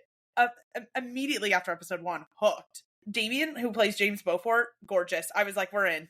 This is all I needed. Yes, I will say, watching in English with the subtitles was wild. Wild. It didn't match up. No. It's a show in German. It's dubbed over in British English, and the subtitles are like American English. Like, it's insane. Because it's like about British kids, but it's a German show. So I appreciate them getting British, like English speakers, but it makes it weirder. And then like whatever dialogue they gave those like voice actors is crazy. Especially I remember in season 1. Tigress. Yes. Yeah. I was. That's when I was like, I need to watch this in German because their emotions and like the dialogue is way better. It'll match up. When I did the first watch through, I couldn't just sit at my TV and watch it. Like I was doing some other things or like I couldn't just like put down my phone. And so I had to like have the English dub to know what was going on. All right, let's tell the people about Maxton Hall. Let's spoil it. Give us a little breakthrough or give us a summary. Okay, so again, it's a German show, but these kids are based in England. And so it is a private school of the like richest of rich people, like an hour or like 2 hours outside of London. There's this core group, James Beaufort's group, that have known each other. They've grown up with each other forever. Also, I have more context because I've read all the books, so I know some of the backstory that they don't fully give. But these people have been friends since they were like 5 years old. James has a twin sister. And in the beginning of the show, the twin sister Lydia comes to James and is like sobbing, and he was like, what's going on? And she was like, Ruby Bell. And he's like, who the fuck is Ruby Bell? I'm gonna kill that girl. And immediately, you know, enemies to lovers, these two are gonna fall in love. And then it flashes back and you find out that Ruby walked in on Lydia making out with a teacher. And I was like, not a fucking teacher. I can't defend a teacher make out. But I will defend because they don't give the right context to this one. I feel like they don't explain it where it kind of makes sense and it makes you question making out with the teacher. Lydia and the teacher, Graham, met online and didn't know who each other were. And just like, basically like, as if they were on Tumblr and like connected on Tumblr for like 2 years before they ever even like spoke on the phone. Whoa. Why is this teacher's age set to like 16-year-olds? No, it's not. Then? They had no clue, ages, names, like they knew nothing. They were just like discussing like stuff on like a blog, basically. It's just like you have like a pen pal. So it's not like a weird relationship or a sexual relationship. It was just like they were both talking about like struggles in life, whatever. Okay. The Beauforts live obviously an above their age life. Like they are like in this business from age 10. Weird. And so she like in the books was like, he did not know who I was, what my name was, what my age was. Then they were just friends. And then they started talking on the phone and he was in university and she's in like high school. What I don't understand is when his first years teaching at her school started, but they break their relationship off the minute he becomes a teacher. Great. So then Ruby walks in on them and that's them like relapsing and like trying to say like, this is really hard for us. Like I miss having you as a friend even. And like, this sucks. But then they make out and Ruby walks in on them. So obviously that starts James Beaufort's hatred of Ruby Bell and he tries to pay her off to like wait, can we say her. the obvious? Yeah. Weird sibling relationship. It's weird because they aren't actually that close until Ruby gets involved in their life. Like they want to protect each other because their parents are horrible. Like, so they like care about each other, but they aren't that close. But I feel like they give them a weirder sexual tension in the show. The extent to which James will go to make sure Ruby says something about Lydia is insane. The reason for that, and like this is where obviously like books are better, but I will say the show is way better than the book, but the book just provides that context. Yeah. Lydia's last relationship, this guy like sought her out to get photos of her to sell them to a magazine. And then Lydia finally was like, fuck this, I'm just going to destroy the whole family. And so she like told a reporter everything. So the dad is like really upset with her. So like she can't have like another scandal because we just fixed her last scandal. And that relationship happened while she was like friendly with Graham online. Like that's why she was like so distraught, is this person like was taking advantage of her, and that's like kind of what they bonded over without giving the context to him. So like James is like, no, I understand, like you want to be in this company, dad won't let you be in this company because you're like the worst child to him. So he's like trying to help her not have another scandal. Just insane. James. So that's why he's going so hard about like trying to fix this, because he's like, okay, we can't deal with this. Like I have to protect the company. That's my role in this. And then also like, I don't want her to receive the wrath that she's been getting from her dad again. Like that's why it's so serious. Okay. Because he will fuck his enemy to make sure that the secret stays. So he tries to pay Ruby off. She's not interested. Loved that. Loved her dumping all the money, because people online are like, I just imagine James Beaufort having to pick up all this money. Yeah. Like he's on his hands and knees and he's like, fucking bitch. It's like 20 grand. Yeah. Like that's enough to pick it up. The way he like gave it to her and she just grabbed it and like dropped it and it scattered. Love. I thought, man, if I'm in that room, I'm on my hands and he's like, give me. Yep. Like there was so much money. It was a piñata. Hell yeah. And then because she doesn't take money, the next thing he can like bribe her with is sex. I'm sorry. This girl, if she's not going to take 20 grand, is not going to bang you. He's like, keep quiet. Hey, you denied my 20 grand. I'll dick you down. And she's like, I'd rather the 20 grand. Thank you. Yes. Which I love. And he has never had anybody like talk back to him. None of his friends like crazy ever like do that to him. They will never push back on him because he's it seems like James. They're the richest family, and he obviously has this ego with his friends. He's the coolest, like all this stuff, but nobody sees him. He's the 1% of the 1%. Like, yes. His friends are the 2% of the 1%. So the minute some random poor chick is talking back to him, he's like, ooh.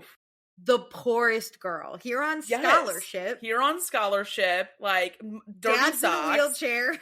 Yep. Sisters making the clothes like they can't afford anything. I love that. Like, so she's on the events committee, throws this party, and he hires strippers to come in and ruin her life. And I love that. Crazy. That was weird. But he also takes photos of her and the teacher, like, just talking, but they're, like, talking in each other's ear because it's loud. So he's like, I got to get my insurance. So then she can't speak about Lydia. I'm like, oh, wow. We've moved from trying to pay her off with 20 grand to sleeping with her to blackmailing. Yeah. You know, easy. But of course, the head, like, master is pissed. And so James now has to be on the events committee and hang out with Ruby, like, 3 times a week. Isn't that where... Because he could blackmail her, but he doesn't. He decide not to because he learns that she's here on scholarship trying to get into Oxford, and he like ruined her chances because the event had strippers. Isn't that it? He like wants to like make her life hard and be like, I can fuck your life up. But he doesn't take those photos to immediately go to the headmaster. It's like if she were to like try to talk or do something, he wants to discredit her so she does speak out. It's like, oh, you're gonna say my sister's fucking the teacher? Look at you. Like, that's you're fucking the teacher. Smart. Yeah, but he just wants to make her life hell because obviously she's digged at her, like, his ego. Yeah. So he's like, I'm gonna ruin your life. Wait, because fuck you. Can we also mention that James's best friend, that curly haired weirdo, Alistair, loves Ruby. Yeah. Well, I think he loves. He quickly clocks that Ruby gets under his skin, and he's like, nobody not romantically. Does this. He just really likes Ruby as a person, and is like, sorry, James is ruining your life. He is me. He like is sitting in every situation being like, oh, I didn't know you were into brunettes. Like, oh, he like clocks everything. But he'll even talk to Ruby and be like, hey, Ruby, how's it going? And James is like, scum. And he's like, bye, Ruby, see you later. That's not how it is in the books, but you need that character to push that and like be in James's ear to be like, oh, look at this. Ruby's not that bad. Yeah.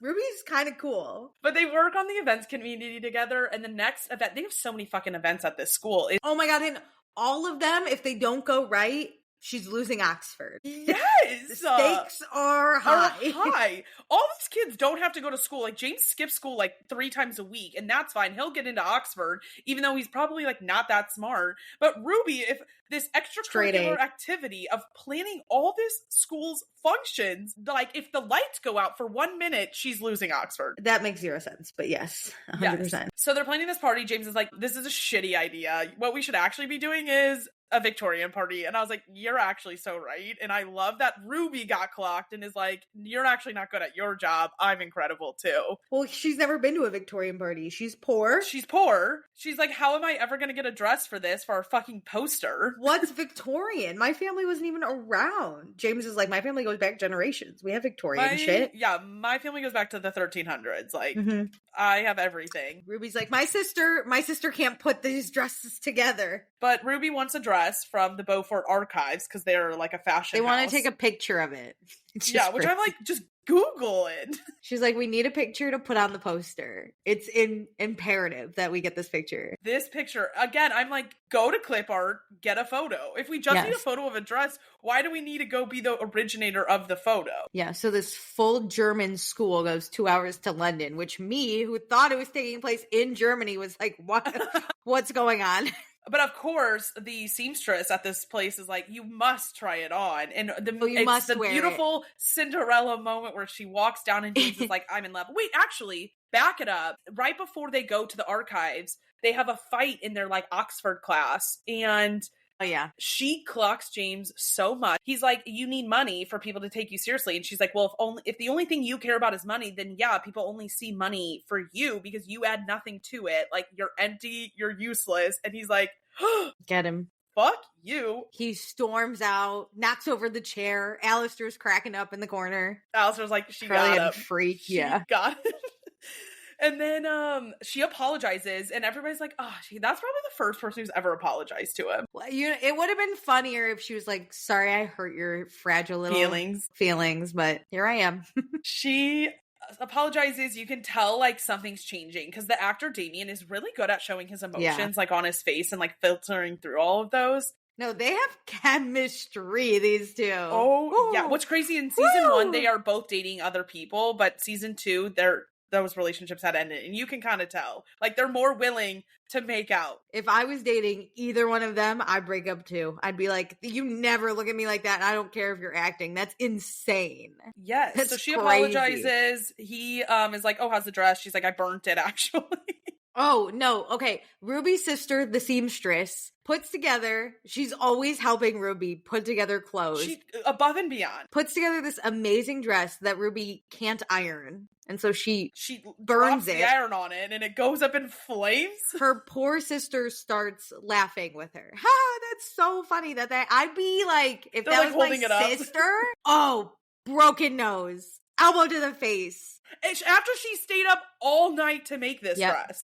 Ruby didn't have the dress in her possession for more than 45 minutes before she burnt the fuck out of it. Ember went and took a nap, and it's like, that's what you did? Oh, yeah. If I'm Ember, I'm killing Ruby. Like, absolutely. There's zero doubts in my mind. James finds out that the dress is burned. They are like, oh, damn. And she walks away. He's like, say hi to Lexi. And she flips him off. And he's like, that's my girl. I'm in love with her. So he coordinates them going to London, driving the 2 hours in his Rolls Royce. Because we're not in Germany. We're in the UK. We are in the UK. And this is still crazy, but it's possible. We're at a full German school. While he's waiting for her to get in the car, he draws her entire house, which is not possible, but okay. He's quick. He's all in. He's like a caricature artist. He's like right away, can do it in 10 minutes. He sketched her face by memory after she apologized. Like, he is down bad for this girl right now. Immediately. She has no idea. She burnt a dress. She's concerned about other things. She's just trying to get her, like, checklist done for this events committee. So they're driving to London, and they're talking about the rumors about him, because obviously he's the talk of the town. Has he broken a fucking waterbed while having sex? And he's like, oh, I've heard nothing about you. And she's like, no, that's my dream. He's like, I want to know things. They go, she has her Cinderella moment. She tries on the dress.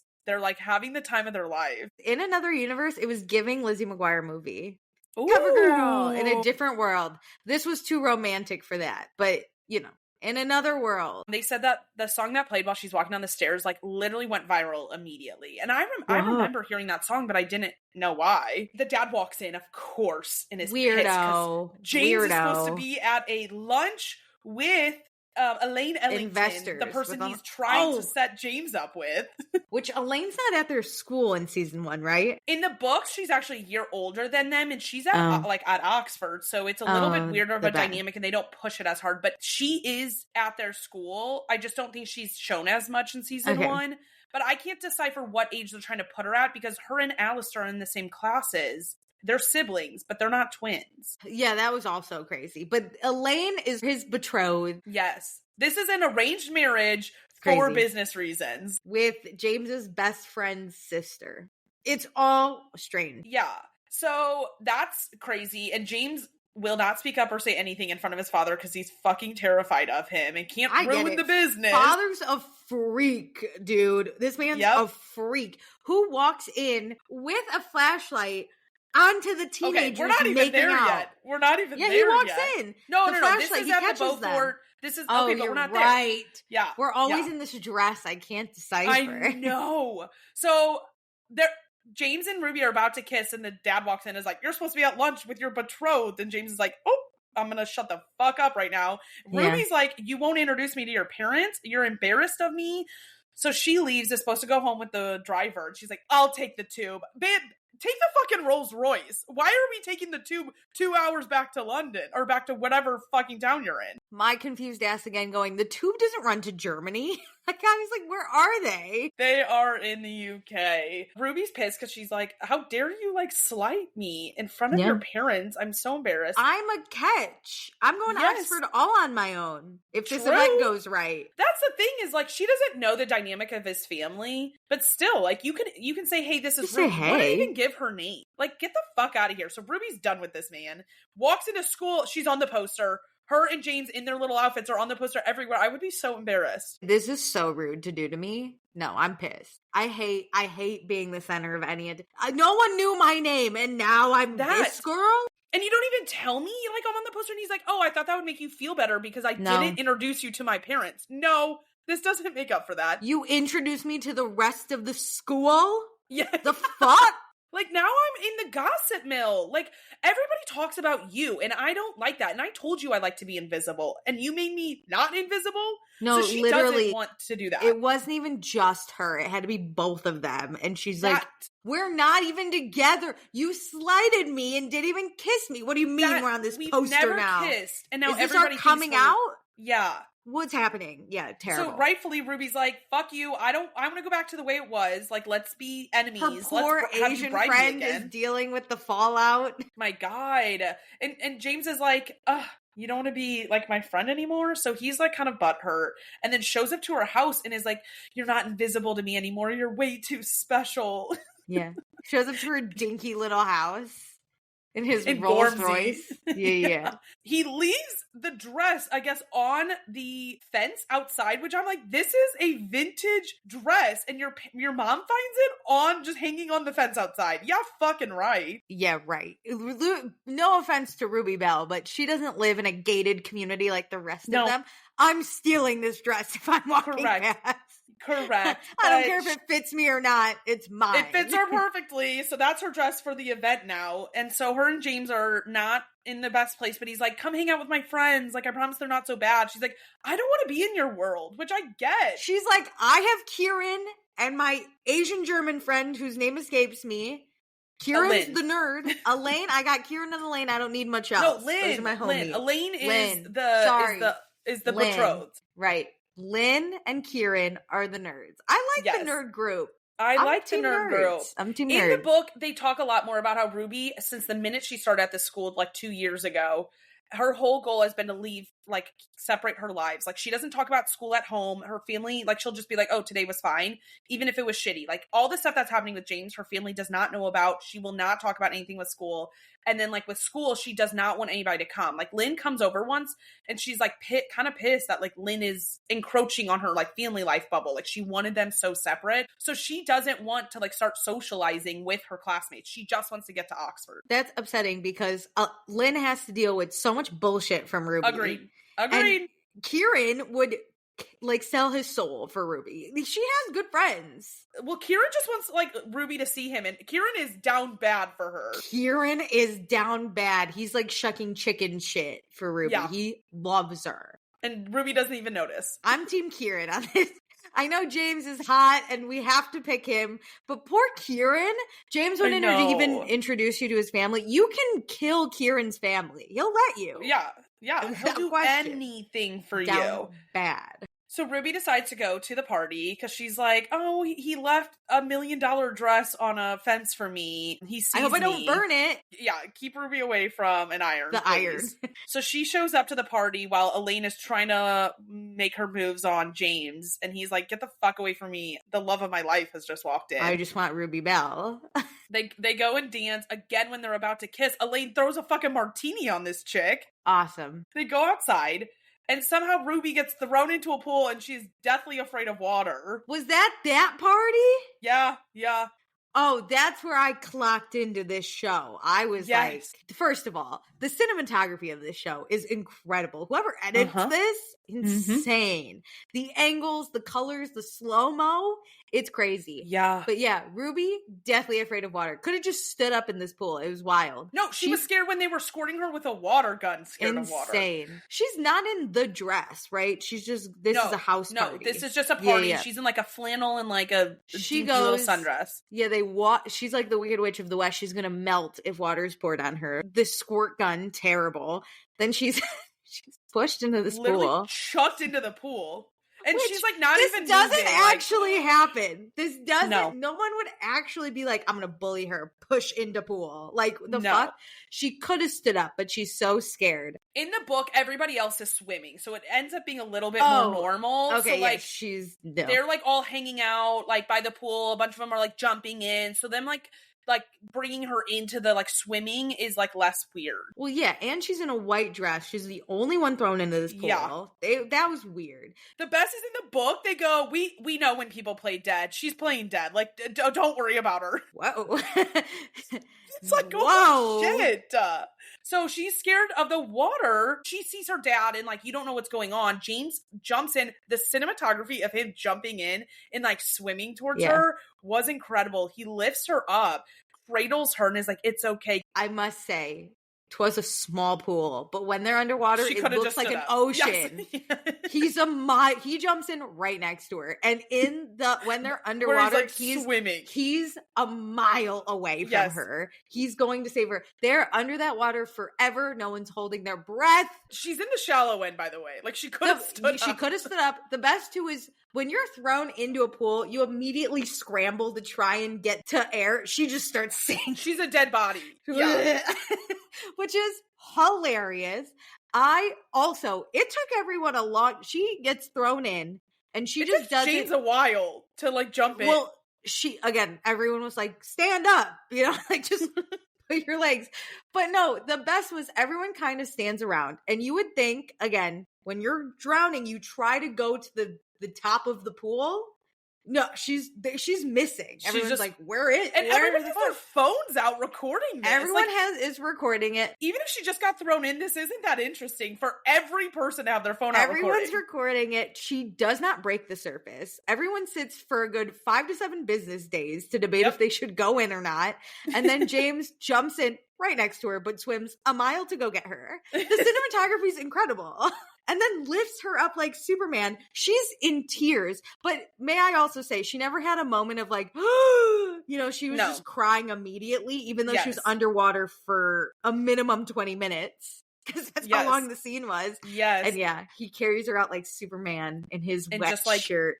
Sends an icy stare to Cyril, who like threw her in. Cyril. I kind of like him. He makes life interesting. Get ready. Buckle up for season 3. I'm into him. So then, of course, they're like, let's get into the Rolls Royce. I'll put her in my sweatshirt because that's every girl's dream. It's 911 to the driver, though. Do we have towels? Of course we have towels and blankets and things for a sopping wet girl in our trunk. We're not even going to dry her off. We're just going to put her in the sweatshirt so that will also get sopping wet. You could have just said blast the heat. Is sopping wet. Like, why aren't you changing? And they have the towels, but they don't sit on them. I was like, you're going to ruin the interior. It's chlorine. If you're taught anything as a child, you put the towel down and the water will still seep through. They do strip her down, like in the book. And he's like, is it okay if I take your blouse off? You're sopping Do I have your consent to undress you? But she's like not speaking. So he's like, what's the priority? What's the priority? She's like, gonna get pneumonia. Or, like, making sure she's okay. It was incredible. This is where I clocked into this show. This was the scene. So good. And I'm pretty sure this is like episode 3 of 6. I was half in, half out. I was like, I'll watch it for Meredith, but this is kind of a stupid show. This pool scene happened and I went, whoa. So then they drive home and she shares that her dad is in a wheelchair because of her. Because of her. Because she fell in to a lake at one point and a boat drove over it. That's it. It's not funny. What world? Oh, that's insane. It's not funny. But it is that this man jumps in and, because again, Ruby, for some reason, doesn't come back to the surface ever. She doesn't know how to swim at all. It made sense more when she was a kid that she was just sink. Ruby is full of rocks. She sinks to the bottom. Well, the rest of us have oxygen. Ruby, not so much. Ruby and water sinks to the bottom. Her dad jumps in, should go down to get Ruby. As soon as he jumped in, immediately a speedboat. Over his back. But he survived. And saves her. Saves her? Yeah, because while she doesn't die. While bleeding out because but his legs has been chopped off. Enough. No, he has legs. Somehow it just kind of sliced maybe his spine. Just lightly. Tibia. So he can't walk, but he survived. Woof. I love the idea that you could look to be like, is speedboat coming before I jump? I get it. You're a dad. You see your child. Oh no. Would speedboat also comes really close to other boats? A boat. Yeah. Listen, I don't have my boating license, but I've been on a lot of boats. You give grace to the boat. Yeah. You don't drive right next to the boat. But here's the thing. If someone jumps off, they were a stationary boat, so you would not get near it in any way, shape, or form. But anyways, Ruby spills her trauma to James and is sobbing, and he's like holding her. She falls asleep. They're driving around the block a few times because they don't want to wake Ruby. I'm like, weird. She's sopping wet. Get that girl in her house. Yeah. They're like, we were really concerned about pneumonia, but now she should rest. James runs warm, and his his body heat Oh, will save her. So we got to he's keep her in his dripping arms. wet onto her body. Like she's asleep and he's just like dripping. He's like, It's so weird. Percy, what do I do? I'm so out of my like depth here. And it's She's like, I don't know. Listen, I'm just your driver. You don't even pay me that well. What am I doing here? Like, get her in her house. I want to go home. So, like, I want to take you home so I can go home. Percy goes, you're 17. It's okay. It's all good.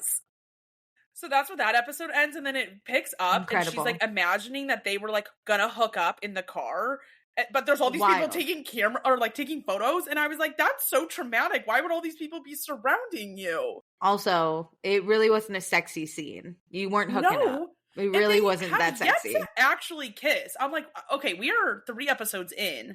What are we doing here? It really wasn't a sexy moment of you spilling your trauma and you're sopping wet after you almost drowned. Yes, let's hook up now. She goes to school. James tells her how to put on like a brave face, and like they're flirting, and like things are like picking up. Everyone took a video of her being pushed into the pool and never coming out, which apparently in the UK it's a slow news day because that's what we're talking about. Well, I mean, in the high school world, that would be piping hot news. Someone got pushed in. Well, I guess James picking her up. That's where I'd be like, if you had just let her drown, no one would have cared. But the minute he picked her up, James's wet back is the star of the show, and like that, I would also be talking about. We're talking about it. I also don't know what night that this party happened, because how are you going to a raging party on like a Tuesday night and then on Wednesday we're back at school? It's the Gossip Girl. We always went out. That's true. That's Gossip Girl. Wasn't that house party also where they dance? Yes.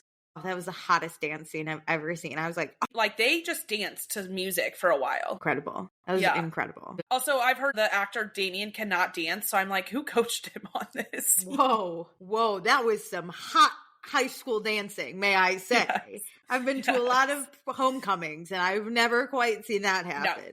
No, but when you're rich and you're just having house parties at these mansions and somehow the parents are always gone, because obviously parents always abandon their kids in these things. Probably cancer.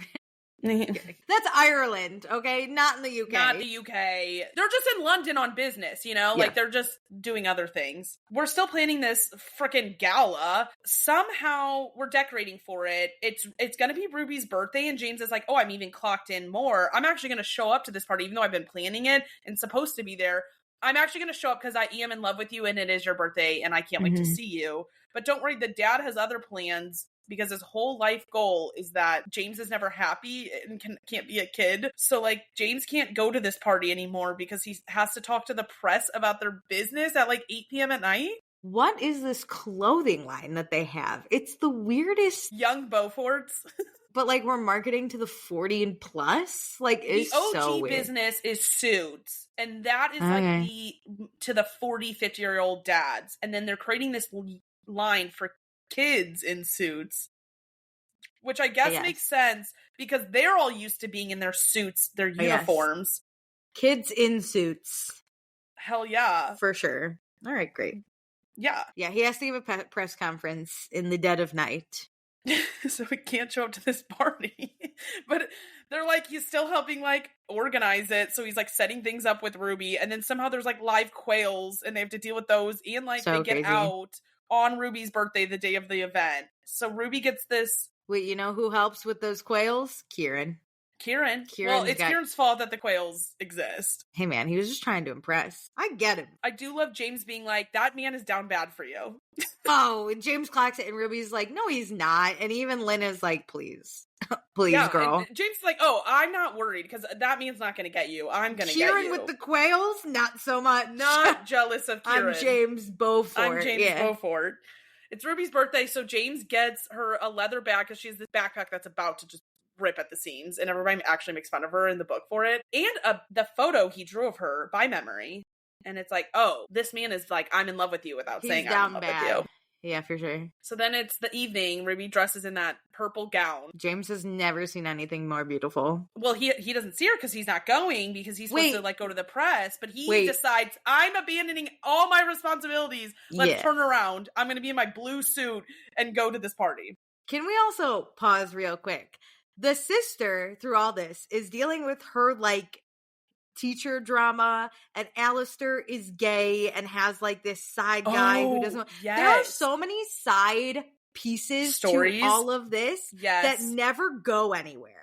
Like, okay, Alistair is going nowhere with this relationship. Book is mainly about everybody else. So it will go where. God. Yes. The way I see little, like, and I'm like, give me more. No. I know. No, I agree, because they do have more in the books, which is, like, frustrating. I wish this was 10 episodes would give us the more. Like, why does this have to be 6? So James obviously abandons everything and goes to this party, and they dance again, a gorgeous moment, and then the lights go out somehow. Again, like, Ruby can't just have one somewhat decent party. Oxford. Yes. Somehow James knows where the breakers are. Of course he does. And so they reset the lights. And then they're like, hey. And Let's so kiss. they kiss. And the dad, this is your flashlight moment. The dad somehow, he obviously knows where James goes, but knows that James is somehow in the dungeon of this school at this exact moment. You're telling me this is the Beauforts, like, atomic bomb sanctuary. They know this place inside and out. That's true. That's true. And this is the dad's worst nightmare, is him making out with this poor girl. As a parent, you see, first of all, you didn't have to do all that with the flashlight. The lights were coming back on. The lights were on. Second of all, you see your son making out. You don't have to go right up into his face and be like, ha, gotcha. Hey, this is what you do when you know my expectations of you? It's so weird. Just knock on the rock and be like, hey, how dare you miss our what the PR fuck, at dude? 8 p.m. Yeah, the dad got so close to this makeout. It was insane. What a freak. And then takes James home, hits him, and is like, I will destroy Ruby's life if you don't stop seeing her. Wild. The animosity this dad has towards this 18-year-old girl is insane. Who his son has kissed once. Well, he's also drawn a picture of her, which I would say is so intimate. They've basically had sex. Yeah, it's very true, intimate. Very true. So of course, the only rational thing to do is ignore Ruby the next day. He literally walks to the hallway, doesn't look her in the eyes, and Ruby's like, what the fuck just happened? Fuck, we just kissed. Yeah. But then Ruby's like, I'm not going to let this go. She, like, follows him because he plays lacrosse, and he was, like, off the lacrosse team, and then Ruby got him back on it. But she, like, walks out, and she's like, did your dad hit you? Did he do that to you? What happened? And James is like, I can't believe you would think a guy like me would ever be into a girl like you. And I was like, that is the meanest thing you could ever say to this girl. But it clocks. That's what all rich people say to the poor people that they love. Also, he's like, I have to protect you, so I have to drag you through the mud so you stop liking me. Rude of Ruby, though, to interrupt lacrosse practice. No, do it. Girl. I love that energy. That girl is like, I run this world even though I run nothing in this world. No, nothing. I have zero money to my name. James is like pining after her. Will not stop staring at her. That man loves to just gaze upon her. Bring back yearning. This man yearns in a way I have not seen in a long time. They capture it so well. Like the setup of the show captures it well, and then he plays it so well. You cannot name me a man who yearns better. Some people might sit here and be like, Conrad Fisher. Conrad Fisher didn't yearn. He just sadly stared. This is, I feel the want radiating off of James. Yes. Even though he ended it. The yearn. And he will not move states or countries to not. He's gonna be around Ruby to continue to yearn. Yes. Ugh. Yes. We're really going to fast forward here because the rest of it just kind of doesn't matter. And so they go to Oxford. They have these interviews that they have to do to get into college. And of course, they're across from the hall from each other. And Ruby's like, get the fuck out of my life. That was awesome. No boys, girls, dorms. We're all together at Oxford. These and you two have Germans. To be across from your situationship. We know the messiness. Mm-hmm. And so they're like beefing, but James is still yearning, just staring at her, wants her so bad. Back of her head. Oh my God, he cannot look away. They have this like question thing for like students who already exist, and James realizes that the guy who's running it is kind of into Ruby, and he is like so fucking jealous. So they get into another heated discussion. Ruby runs out of there. James follows her and is like, you don't understand. When does he touch her hand? Oh, when she goes in for an interview before that. Okay, before the discussion. She's going in for her interview, and he like just snatches her hand as she's walking past and is like, good luck. Yearn! Oh, yearn! And then Ruby like walks out and is like looking at her hand like, oh my God, it was so hot. And then before they get in that argument that night, they go to the bar and like she sees Lydia outside throwing up and finds out Lydia's pregnant. And then the sister's like, don't you realize my brother's like so in love with you? And she's like, he ended it with me. And she's like, look at that man. That man won't stop staring at you. bad, dude. You walked in that bar and he forgot everything. He forgot his own goddamn name. That look when she knows he's still in love with her and like did like stop talking to her out of love, but Ruby doesn't understand why. When she walks back into that bar, oh I will my say, God. so at one point, someone online put this, and I agree with them. Authors a lot of the time will use the line, his eyes softened, which is one of those lines that people are like, the fuck does that mean? You know, like he growled. We just don't know. Yeah. But that moment when Ruby walks in the bar and he spots her, Looks up. that is eyes softened. Oh. He is, the yearn out of this man is so intense. I started yearning for the show. Like it was so good. It was so good. Good. Because I love a breakup to a makeup. And so I'm like, their like breakup is good too. Like it's not like he's done anything wrong. Like he hasn't really done anything wrong outside of being kind of mean to her. He just said the meanest thing you could say to someone. Yeah, but I get it because you're like, okay. I get it. My dad's going to make your life a living hell. Yeah, and we're just in like crush stage. We've only kissed once. Like, I like who you are as a person. Like, I don't want your life to be ruined, and I know what my dad's capable of. So I'm just gonna sit here and I'll be the one in pain, and you're gonna be fine because like you're not as down bad as I am. You have Kieran. Kieran can take care. So then they get in their like argument, and he runs after her, and he's like, "I do this all for you," and she's like, "Stop talking in riddles. What the fuck are you talking about?" And she's like, I wish you would just know what you want for once in your life. And he's like, I want you. And then they make out. The make out with the turning camera to get all so angles. Good. Incredible. Who edited this show? I was like, when I tell you, my 30-year-old ass was sat on the couch, jaw open. I'm catching flies watching this going, oh my God, this is the hottest makeout. I love that they go into the bedroom and then they're like making out in the bed and she stops and she's like, wait a minute. No, fuck you. You like settle that stuff to me. And he's like, wait a damn moment. I appreciate that because I feel like they write her so well where she's just not like some desperate girl like waiting around for him. Like she's like, wait a minute, fuck you. So they like dive into it and he's like, my dad was going to ruin your life. She's like, that old freak? She's like, I'm not scared of him. Babe, you should be. But don't worry, they fuck. They're in love. James is like, I never leave this room. He has her and he still yearns. Yes. Like he is making out with her and he stops just to look at her. You can feel the yearning. Oh, I know. So good. So then obviously they hook up. They have a great like 10 hours in Oxford where they're happy. He goes home, finds out his mom's been dead for like 2 days. Not funny. Not funny.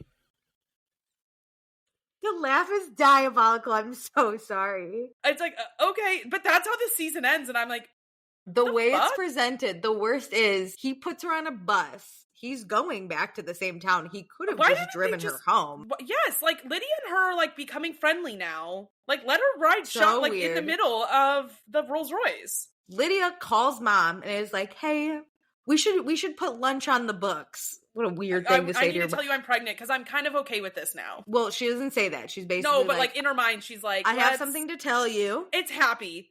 My favorite though was like if I called my mom and was like, should we pencil in lunch on the books? But that's just the rich. The rich is not like just we must call her leave a voicemail saying that. Hey mom, I miss you. Let's make plans. Let's schedule time together. It's not like we live together. Yeah. Well, I mean, with a family like that, you got to schedule time with them. Yes.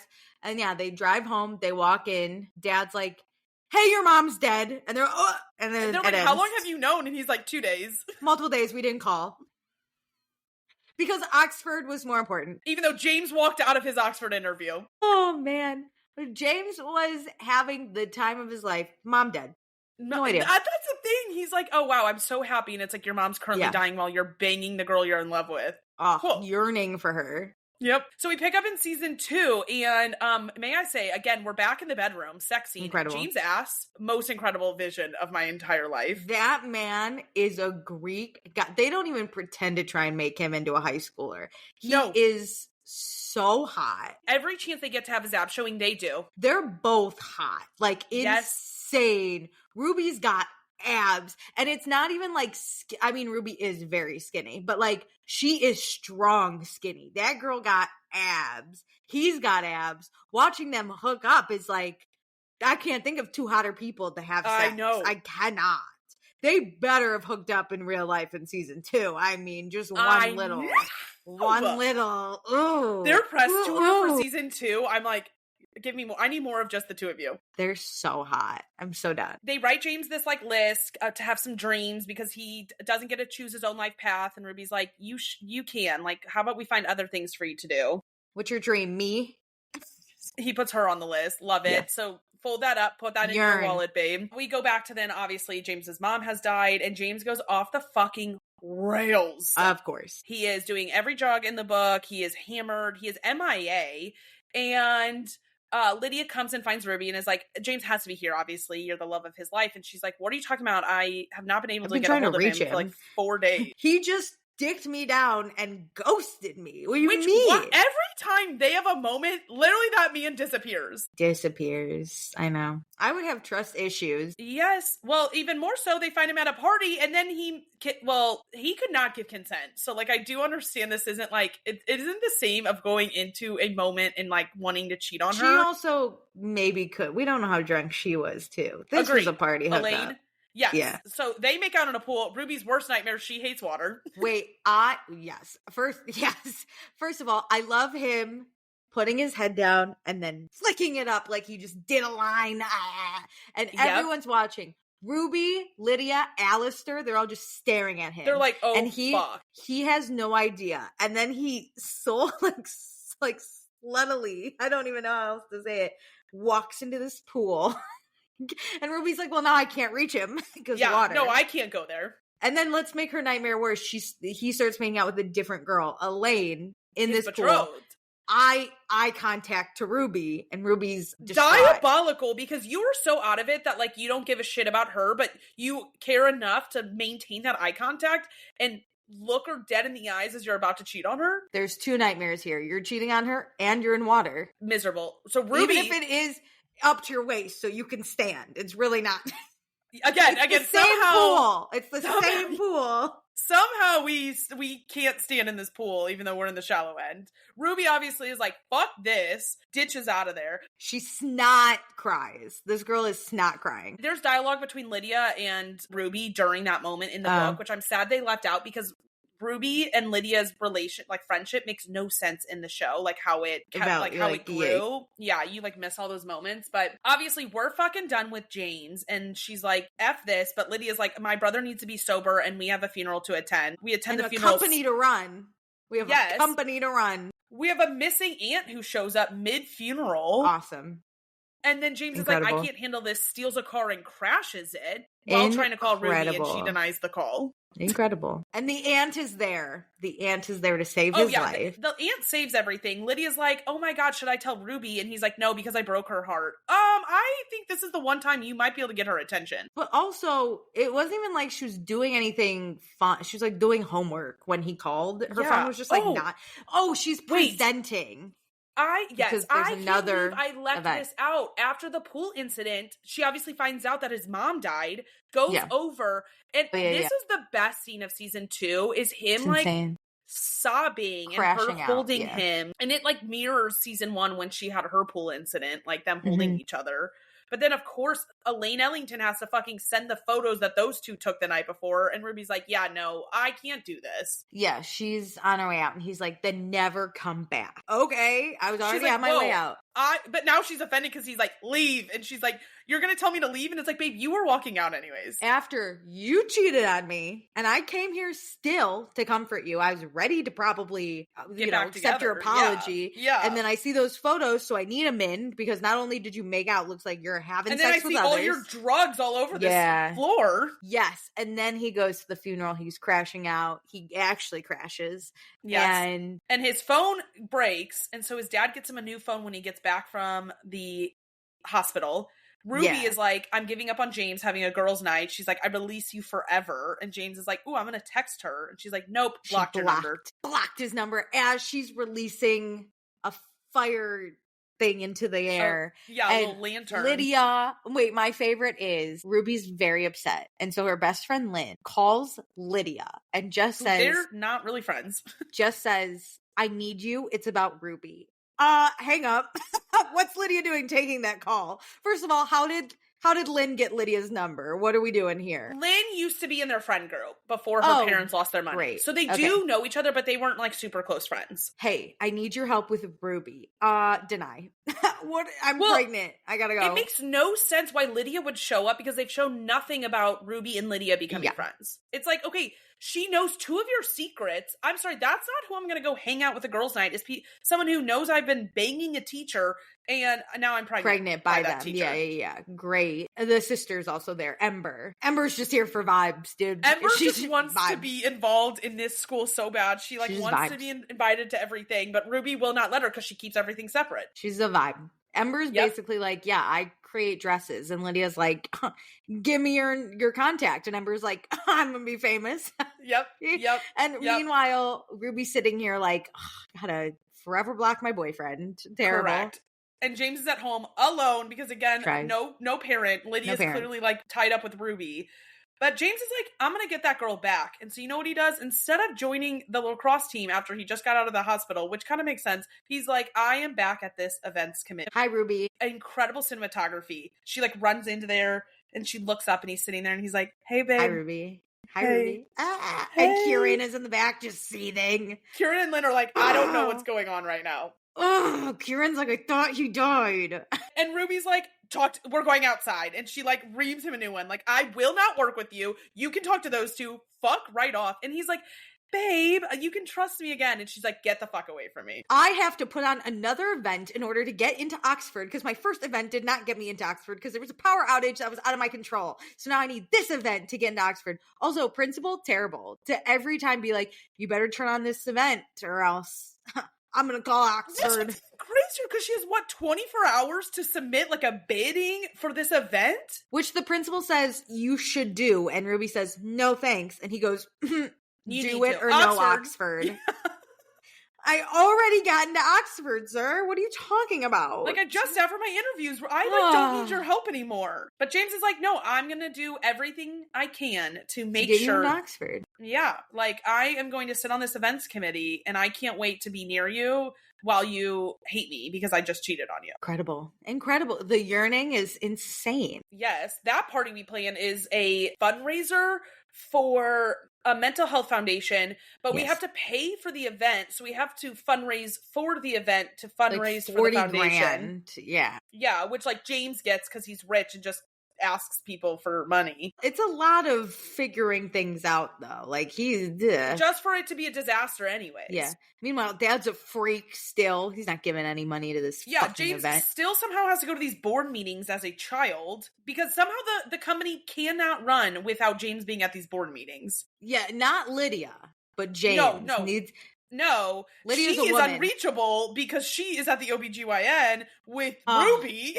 Their dad gives Lydia one chance. Last minute. 30 minutes before.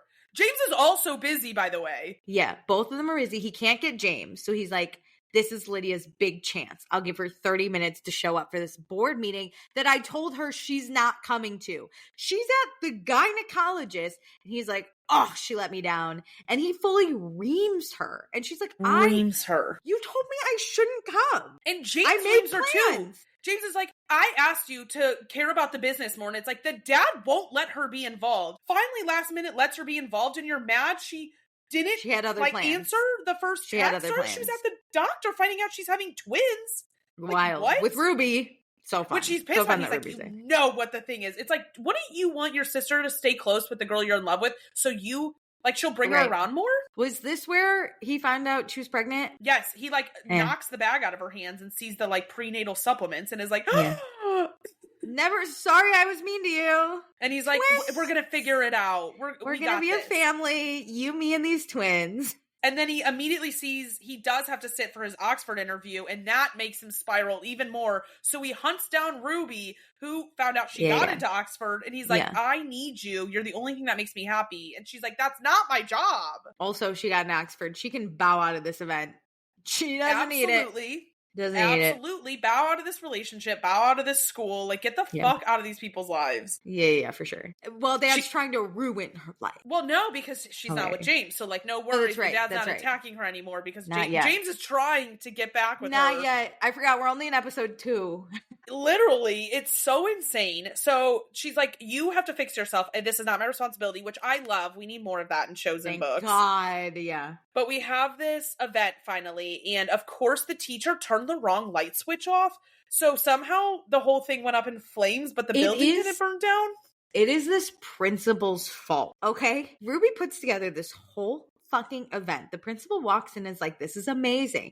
And Ruby's like, okay, we have a few other things to do, but I have to stay here to make sure I lock up correctly. The principal's like, I can do it. And Ruby's like, I don't know, we've already had issues with you locking up. He goes, whose school is this, Ruby? Mine or yours? And she's like, okay. So she leaves like the principal fucking told her to, and then when she gets back, it's burnt to a crisp. They're showing this assistant of the lady in charge of this mental health fundraiser thing, foundation, and the principal is like, oh, whoops. And this fucking assistant is like, Ruby, you really should have out of you. And then she looks at the principal and he's like, not my fault. Like he's like, the devil. That's a bummer. Yes. He's the villain. And of course, Ruby's like, somehow Oxford is still on the line, even though I'm in. I got it. And it's like, all right, we will get everybody involved. We're going to get every club, every sport, and everybody's going to clean this up and then bring things from their home to actually supplement because everything's ruined. We have to call the lacrosse team. This is a job obviously for the lacrosse team. Even though, what's that one guy's name? Cyril? He's just trying to get a scholarship. He's basically what the events committee is to Ruby, lacrosse is to Cyril. And he's like, I need lacrosse to get into Oxford. I'm trying to get into Oxford too, Ruby. We need to win this championship game, and I need you guys to practice. And they're like, no, the events committee is more important. We need to worry about this foundation fundraiser. Lucy puts it as like, I'm not just asking you on behalf of the events committee. I'm asking you on behalf of the whole school. And I was like, no one cares. No, but this event isn't a school event. It's a foundation fundraiser event. It is so weird how much people care about events at this school. But Alistair is like the first to step up and be like, yes, we will, Ruby. And I was like, that's my guy. So obviously they clean everything up, and James is yearning after Ruby the entire time that they're cleaning this up. He is so hard watching her put events together. Like, that is... She's somehow building a heart out of broken glass. And he's like, hey. Oh, yearn. Isn't this where Ember's like, can I come? And Ruby's like, no, you dumb bitch. And then once it's Ember presents her with a dress and is like, here, you can wear this. Can I come? And Ruby's like, I'll take the dress, but no, you can't come. And then when everything burnt down, she goes to Ember and she's like, I need you to help. And Ember's like, make cakes. Fucking fine, I guess. And then she's like, I guess you can come to this event. Ruby is a bad sister. Which they don't explain that. The reason Ruby doesn't want Ember at that event is because, which we'll get to this guy, Ren, the guy that like Ember ends up kissing. He got Ruby drunk her first time, like whenever she came to the school and the first party that happened at that school when she was there, Ren got her drunk and like made out with her. So he kind of like, he assaulted her. Yeah. So she's like, I don't want you to come and meet all these people are bad people. So I don't want you involved. Again, she like wants her life separate, but she can't verbalize that even in the book. So it's so fucking confusing. Hey girl, can't have you assaulted. Gotta keep you away. Stick with the poor people. They can't afford date rape drugs. Absolutely. I don't think that they're going to bring the sexual assault into this because they have given none of that backstory. And if they talk about it in season 3, I will be pissed. Is Ren the guy that then talks to Ember? Guy. Oh, he seemed to like Ember. I was like, poor Ember, man. This guy walks up to her and is like, hey, you're cute, basically. And she's like, how much did your buddies pay for you to talk to me? And I was like, oh, no, Ember. You're hot, having girl. a lot at her own school, so she's cautious of anybody who gives her attention. Ember is so hot, dude. Oh. I love her. Her dress was gorgeous at that event. But they go and make out in the photo booth. I'm like, Jesus Christ, you two. They hear Ruby's voice, they giggle a little, and then they get back at. Yeah, they're like, we're not sitting down. There's no time for yearning here. No. We just make out. Yeah. Absolutely. But obviously the main speaker who's supposed to like speak at this event decided in this moment not to show up. Yeah. Some janitor. Yeah. And he's the big speech. So who are we going to do? Don't worry. James went to therapy once and is like, I'll speak. I'll speak about my therapy experience, which everyone loves, except that freak of a dad. Which is crazy because he's somehow funding a lot of this foundation, but he's upset that his child needs therapy because his mom died. Yeah, that's the thing. He didn't even say my dad's a nightmare. He said my mom's died and I'm sad. Couldn't process it appropriately, so now I'm going to therapy to be better. And his dad's like, embarrassing. What will the investors think? And I was like, the investors will love it. That like Ellington dad, like, and Mortimer like lock eyes across the way and are like, he's ruining our life because he said he went to therapy one time. Yeah. Men don't therapy in the UK in 2025. No. That's crazy. But on the flip side, Ruby's sitting there like, this is the best thing I've ever heard. Yeah, she's yearning now. The yearning has switched. Of course, when he gets off stage, the dad's like, we're out of here. Yeah, we and gotta I was like, go. Fuck, if Mortimer like yells at James and is like, I'm gonna ruin Ruby's life again, he's gonna disappear again. Well, he steals James, he takes him, and James looks over and Ruby's sobbing, just like, come back. It was so crazy. And then the next episode, James shows up at their house and is like, I am in love with you, and they're back together, and Ruby wants to bang in her parents' in her room. In her room, and he's like, no. Not yet. She's love like, you, but give no. it to me. And he's like, don't they have to go? Does one of them get a call or something? She has like an interview with the Alice Campbell Foundation, and they're like, we were obsessed with you. You crushed that. Come into my office. And James has to go do his interviews for Oxford. Yes. So then he picks her up afterwards. She gets a scholarship and a job from the Alice Campbell Foundation. Yes, because the problem with Oxford is she cannot afford it. Yeah. So this is going to fund her life in Oxford. And James just wants to go to Oxford to be with her. He doesn't. No, he does not want to go to Oxford. He does not want to go at all. He will go to the area to be with her, but he does not want to go to the school at all. Yeah. He's just here for a good time. So that he takes her on this insane date, and they are about to bang at the table and all over this like castle. My God. When the joke about them with these tiny cheeseburgers was so funny. These two high schoolers, he plans the most romantic date at a castle with like a very fancy restaurant. Michelin star restaurant. If you know anything about fancy restaurants, they're going to serve you the tiniest portions. Yes. Because it's a sample menu, so you can get multiple things. No, they went off menu and asked for them to whip up some burgers that don't exist on the menu. Whip up a cheeseburger? So they do, and they cover it in gold. And Ruby's like, can we have a few more? And no gold. And this waiter's like, youth is wasted. Why did you book this place? Fuck.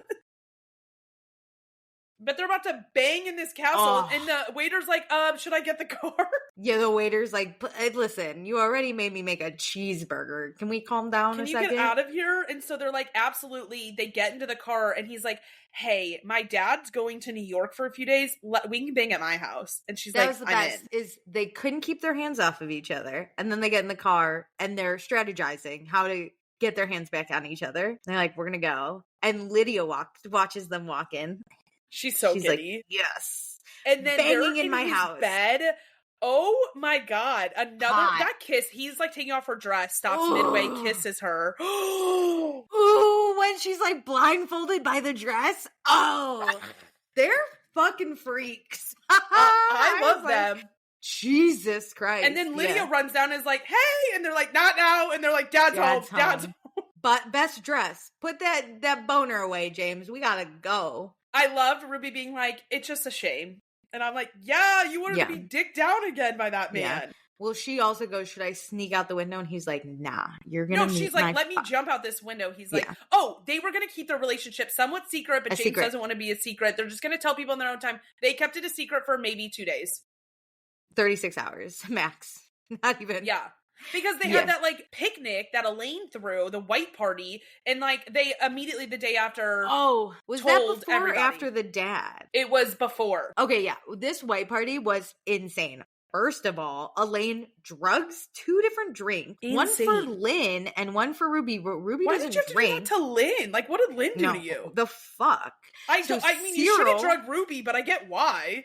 Yeah, Cyril takes Ruby's drink, drinks it. Now Cyril and Lynn are off their Unhinged. drugged. So then it's Alistair and Elaine are siblings, but not twins. This is their party. Their older brother, Frederick. He's at Oxford, yeah. He comes back. This older brother is like, I'm going to go bully these teenagers. Starts bullying the fuck out of whoever's in front of him. He tries to bully James, but it's like, that's not going to work. It's James. So then he starts bullying Ruby, and James sticks up for her. Frederick is like, who is this? Your girlfriend? And James is like, yeah.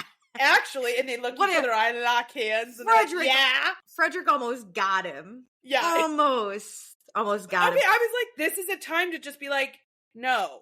Like, you can keep this a secret from Frederick. And then Lynn and Cyril vomit on Frederick because they're on drugs. Which we never discuss again. Crazy. Nobody's concerned. Like, it doesn't seem like James and Ruby take them home. They just, like, walk them out of the party. Somehow are in the Rolls Royce at Ruby's house alone. Can I say, what was the point of drugging? To make them look stupid? No, because, okay, no. If, like, let's just talk about it in the idea of just Elaine drugging Ruby. That would make James come to her rescue more. You're trying to get her to look sloppy drunk? It was weird. What are you trying to accomplish? Mortimer said he was going to ruin this girl's life and James won't stay away from her. You think her getting sloppy drunk once is going to ruin it for them? No. He'd probably love to save her again. He's already stopped her from drowning. You think her being sloppy drunk? This man loves to take care of her. She can barf onto his shirt and he would be like, I've fallen deeply in love. I'm so obsessed with her. Like, Back to the house. The dad's home. And of course they're like, no, yes, let's again out our relationship to the man who wants to ruin Ruby. So they sit and have tea with him, and she's talking about how much she loves Oxford. He's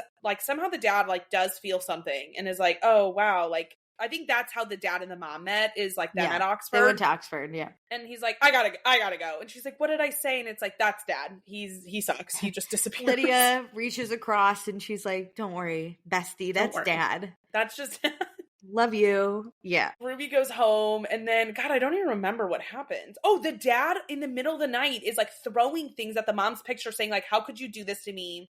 All I'm going to say is everybody should remember that moment, because I've seen speculation online. I've seen the theory. I don't know what it is. I just saw a theory that someone, because it's assumed that the dad is very upset after talking about the mom because that's the love of his life. Yes. However, online, because this comes in later, people are like, he's upset that she changed the will. So I saw that theory, which I assume is correct. But yeah, whatever. The mom's been dead a hot minute and we haven't opened the will up yet. No. And like the aunt hasn't been around at all. Like Lydia's talking to the aunt, but whatever. Also, Lydia's hella pregnant. No one knows. That, like, somehow she's hiding it really well. Like, at least she's in the wearing books, a skirt, to school. and tight pants. But also, she, like, tries to tell the teacher that she's pregnant. God. But he gets a promotion, so she's like, never mind. Oh my God, she resigns to not telling the teacher because he has his like dream work life. And obviously he was banging a student. He is no longer going to work at this school at all, let alone be somehow the assistant principal that he got in like 1 year working there. For sure. Okay, yeah, I'm not sure of like the next events, but we also have that fairy party. Where does that come in? Of course we're planning that. Like, James is on this committee. They like fast track that planning, but we have this party. Kieran falls off a ladder. It's very upsetting. James goes to an investor meeting, and at the investor meeting, Ruby is setting up for the party. Ruby gets a call that her scholarship has been pulled. Yeah. And she's like, she's not fuck going to Oxford. My life. I can't afford Oxford. Again, Oxford is somehow out of her grasp. The question was, how is she going to go to Oxford before this scholarship? Oh, she was going to apply for like financial aid. The general scholarships. But then she got this scholarship, so she didn't. Yeah, she pulled her like financial aid application. And she's 20 seconds late. You have to talk about it. It's so stupid. Of course, the principal, who is useless, she has her application ready. He's like, sorry, you missed the carrier, so like it's a no. He just left. Left, so sorry. And then they were like, you know what, never mind. Let's rush this. They stamp it, they sign it, and they're like, run it, Ruby! And she's like running through the school. The school's like a maze. And of course, the carrier has headphones on, gets on his bike. Right, he has a tape recorder Walkman. How poor do you think this mail carrier is? Poorer than Ruby, clearly. Like, he couldn't afford a CD Walkman? You had to give him a fucking cassette tape? I guess it's good he didn't have like AirPods because the noise canceling. Ruby's running after him, somehow keeping up with a bike. So he stops his bike and Ruby whistles, and the man's like, "Oh, I can hear that. What's up?" I got the what? She's like, "One more." He gives her a big old smile. It cuts back to him over his shoulder, like, proud of you. So don't worry, she got it in. Could have thrown a rock at him. He was so close. I know. Or like ask anybody who was like in front of you to flag that man down. No, the best was Ruby was like, stop him. And everyone just stared at her. No, yeah. It was awesome. Nobody cares about her. No, it was awesome. But we're at the fairy party and James is like, I know my dad is ruining your life, but please don't hold that against me. Which I get, but also at a certain point, if he's going to keep ruining your life, like, you should end this relationship. We're exhausted, man. Yeah. Like, come on. But James is like, listen, the old James would have run away. And she's like, what is the new James going to do? And he's like, he's going to wait for you to realize you're not going to leave me, basically. James has been in therapy 3 times. And we don't run away anymore. He stays now. And she's like, because you said that, I'm in love with you. Also at this party, we must discuss the sister. The sister... Cyril like is in love with her. I don't think they build it up correctly. Like Cyril and Lydia have slept together a few times. Like to her it was just like one night stands, but he's like he's down bad for Lydia. He's yearning. She rejects him. And then tries to kiss her and she's like, the fuck? I thought we were just friends. She tries to talk to him to be like, hey man, I thought we were just friends. Yep. And then she sees the teacher talking to another teacher. Very his like ex. Not, oh, is that his ex? So Lydia gets upset, runs into the forest in her fairy costume. That's what does. The teacher runs after her. And the ex is like, why are you running after this student? This is so fucking weird. And Cyril is like, what the fuck is happening? What's going on here? He follows, obviously. And Lydia and the teacher get all cozy in the forest, and she tells him that she's pregnant with twins. And Cyril is like, why are these two making out? What the fuck is going on? And then Elaine shows up, and he's like, Elaine, look. And she's like, got a picture. She's sobbing because James said, stay the fuck away from me. Yeah. She's like, take a picture of Lydia. And Cyril, he's conflicted, but he does it in the end. Which, there's no photo in the book. Like, Cyril just finds them. So I'm curious what is going to happen with that photo. Well, it leads to the end of season 2. No, they talk about a photo. No, it doesn't. Well, a little bit. They talk about a photo. Yes. You're assuming. Okay, so then we flash forward, and the parents have lost their company because the dad's meddled in that too. Oh yeah, Ruby's parents lost their bakery. The bakery they work at, and they get fired because of it. And it's like, okay, cool, yeah, like let's not just destroy Oxford, let's destroy our whole life. What a freak, dude. This dad is a freak. Do you have you run a full company, you have nothing better to do. If you put this much energy into your business, it would be doing better, because the Ellington investor pulled because James was rude to his daughter and said, stay the fuck out of my life, you loser. This is a lot of effort. Yes. What a freak. I hate this dad. He's so freaky weird. Yeah. So obviously Ruby's life is falling apart, and James is like, okay, we are going to fix all of this. Don't you worry. Yeah. And then they go to school and they're lovey-dovey. They're so excited. They have their like A-levels, their like final exams. And like, you just have to pass them to like maintain to go to Oxford. Being in college. Yeah. So this is the last hoop she has to jump through. And they're like, Ruby, you can't take the test. You need to go to the headmaster's office. And there's a whole panel for the teacher that we're seeing side by side with Ruby, like talking to the headmaster, where there's a photo and the teacher's like ready to out his relationship with Lydia. He's like, yes. Somehow Mortimer's on the panel. The PTA. Yeah. He's part of the PTA. Like, we have a photo of you with a student. And he's like, all right, yeah. And then this freak of a dad is like, we're going to call her parents. And this teacher's like, have you seen the photo? He's like, yeah, I've seen it. And the teacher's like, so you want to call her parents? Call yourself? Because it's your daughter. I'm telling you. But that's all in his head. He does not say any of it out loud. And they why doesn't he be like, did they show the photo? I can't remember. No. Maybe? I don't know. I can't remember if they showed the photo. They show it to Ruby. Yes. And it's Ruby and her mom sitting with the headmaster. And it's like she's being kicked out because she's the student in question. Because James took that photo, season 1, episode 1, of her talking to the teacher. In the book, they edit the photo so it looks like they're kissing. First of all, insane that it does look like this teacher and student are close, but they're not doing anything salacious. Yes. Second, you're not even going to listen to the teacher or Ruby be like, no, that's not correct. And third, why is Ruby being kicked out of school for being the victim? Yes. She is the student. The headmaster is like, we can't have you besmirch the Maxton Hall name, so you got to leave this school 5 minutes before you're about to graduate. And, like, she's the student. Yeah. As if she did something wrong. It's because she's poor, you know? It's a power dynamic. What are you talking about? The student shouldn't get, this is insane. I don't know how they do things in London, Germany, but this is wrong. London, Germany. They're all German. I don't know how the Germans do things. I historically have not agreed with a lot of German decisions, but this is one I cannot stand behind. They do like a victim blame. I'm going to be so we for real. know that they do blame the victim. They hate groups of people, which would be the poor in this situation. Yes. They do hate the poor. And then in the final thing, we get the teacher being arrested. We get a slow-mo, which this scene wasn't supposed to be. Alicia, this scene wasn't supposed to be in there. Damien and Harriet fought for this last scene to be in there. The teacher's getting arrested. Ruby is walking out sobbing. There's no words exchanged. And like Lydia and James see her, and James is like, the fuck? And then is like sobbing, holding her. And also, they put a slow version of Chasing Cars by Snow Patrol, which was so funny. This scene is so heartbreaking. And then like that song started playing and I was like, ooh, and I was singing along, but it's such a haunting version of the song. I'm so sorry. I was cracking up. I hate when it's like not a sad song playing in a really sad way. They do this on Love Island where they have like really funny songs and just slow. Just because you make it hauntingly beautiful doesn't mean the lyrics change. Yeah, it doesn't hit like you want it to.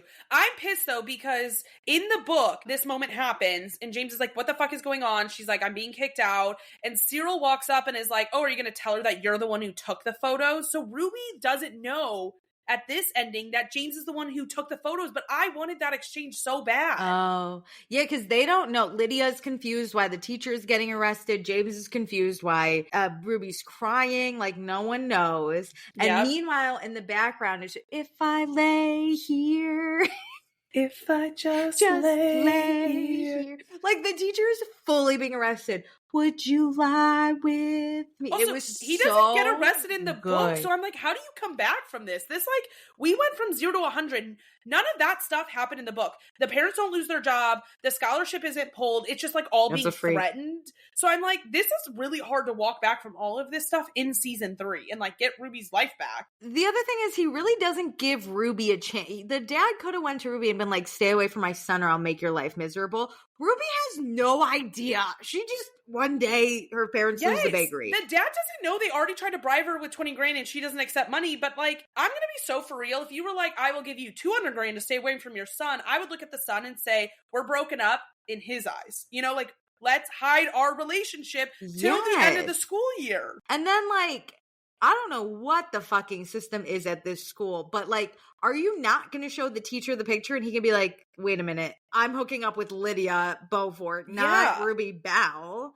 Like, that's where I think that photo is going to come into play. Like, Cyril's going to give that photo up to prove it wasn't Ruby hooking up with him. As it should. Oh, at the will, we learned the dad gets everything. Also, by the way. Oh, yeah. We are the will. Oh, and Percy, the driver, has a key, and like that's going to come into play, obviously, in season 3. And the dad is like, I have everything, and the sisters are like, not the sister, the aunt is very upset. Ophelia. And then James and Lydia are like, fuck you. We're done. Oh, and they go stay at Cyril's.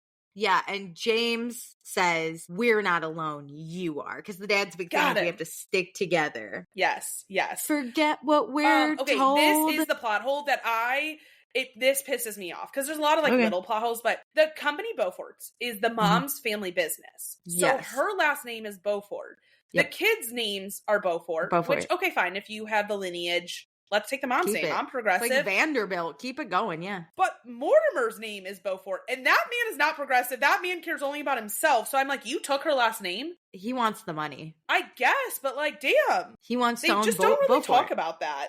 They don't. You're very right. They forget what they're told until they get too old. Stop reading these lyrics. I know you Googled them and are reading them right now. I forgot how to. I have a disease where I forget lyrics of a song, so I had to figure out. But once it's playing, you know it. You know.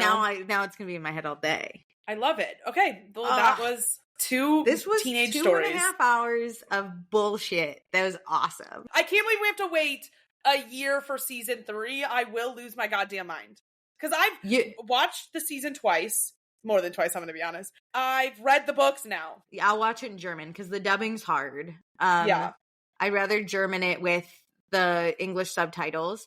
And then just to add on, I mean, my book, we're not getting a new one for a while either. So I'm yearning for this stuff. I love it. 10 out of 10. 10 out of 10. Do you know how many people I've texted and said, you must watch Maxton Hall? I texted my sister and she was like, yeah, I'm going to watch it, but I'm watching Gilmore Girls. And I was like, no, fuck Gilmore Girls. Drop everything and watch Maxton Hall. And then she said, is it like The Summer I Turned Pretty? And I go, no, it's better because there's no brothers. And then we got in an argument, which, can I leave you with this question? Do you believe you can choose who you fall in love with? Like a little bit.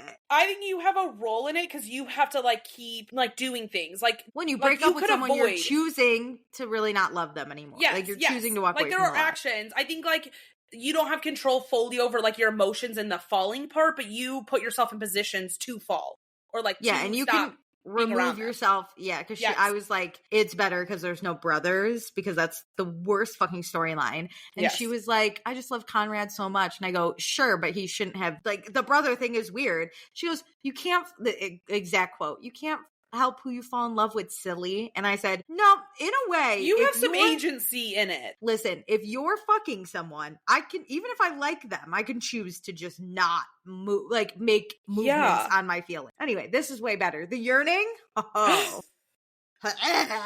was so good. The cast, the everything. I'm obsessed with them. Yeah, I love it. 10 out of 10 for teen dramas. And with that, I feel like I'm in a better mood from talking about both these things. Me too. I'm gonna have to go watch it. I'm going to watch it in German now. Okay. With that, love ya. Thanks for joining. Bye.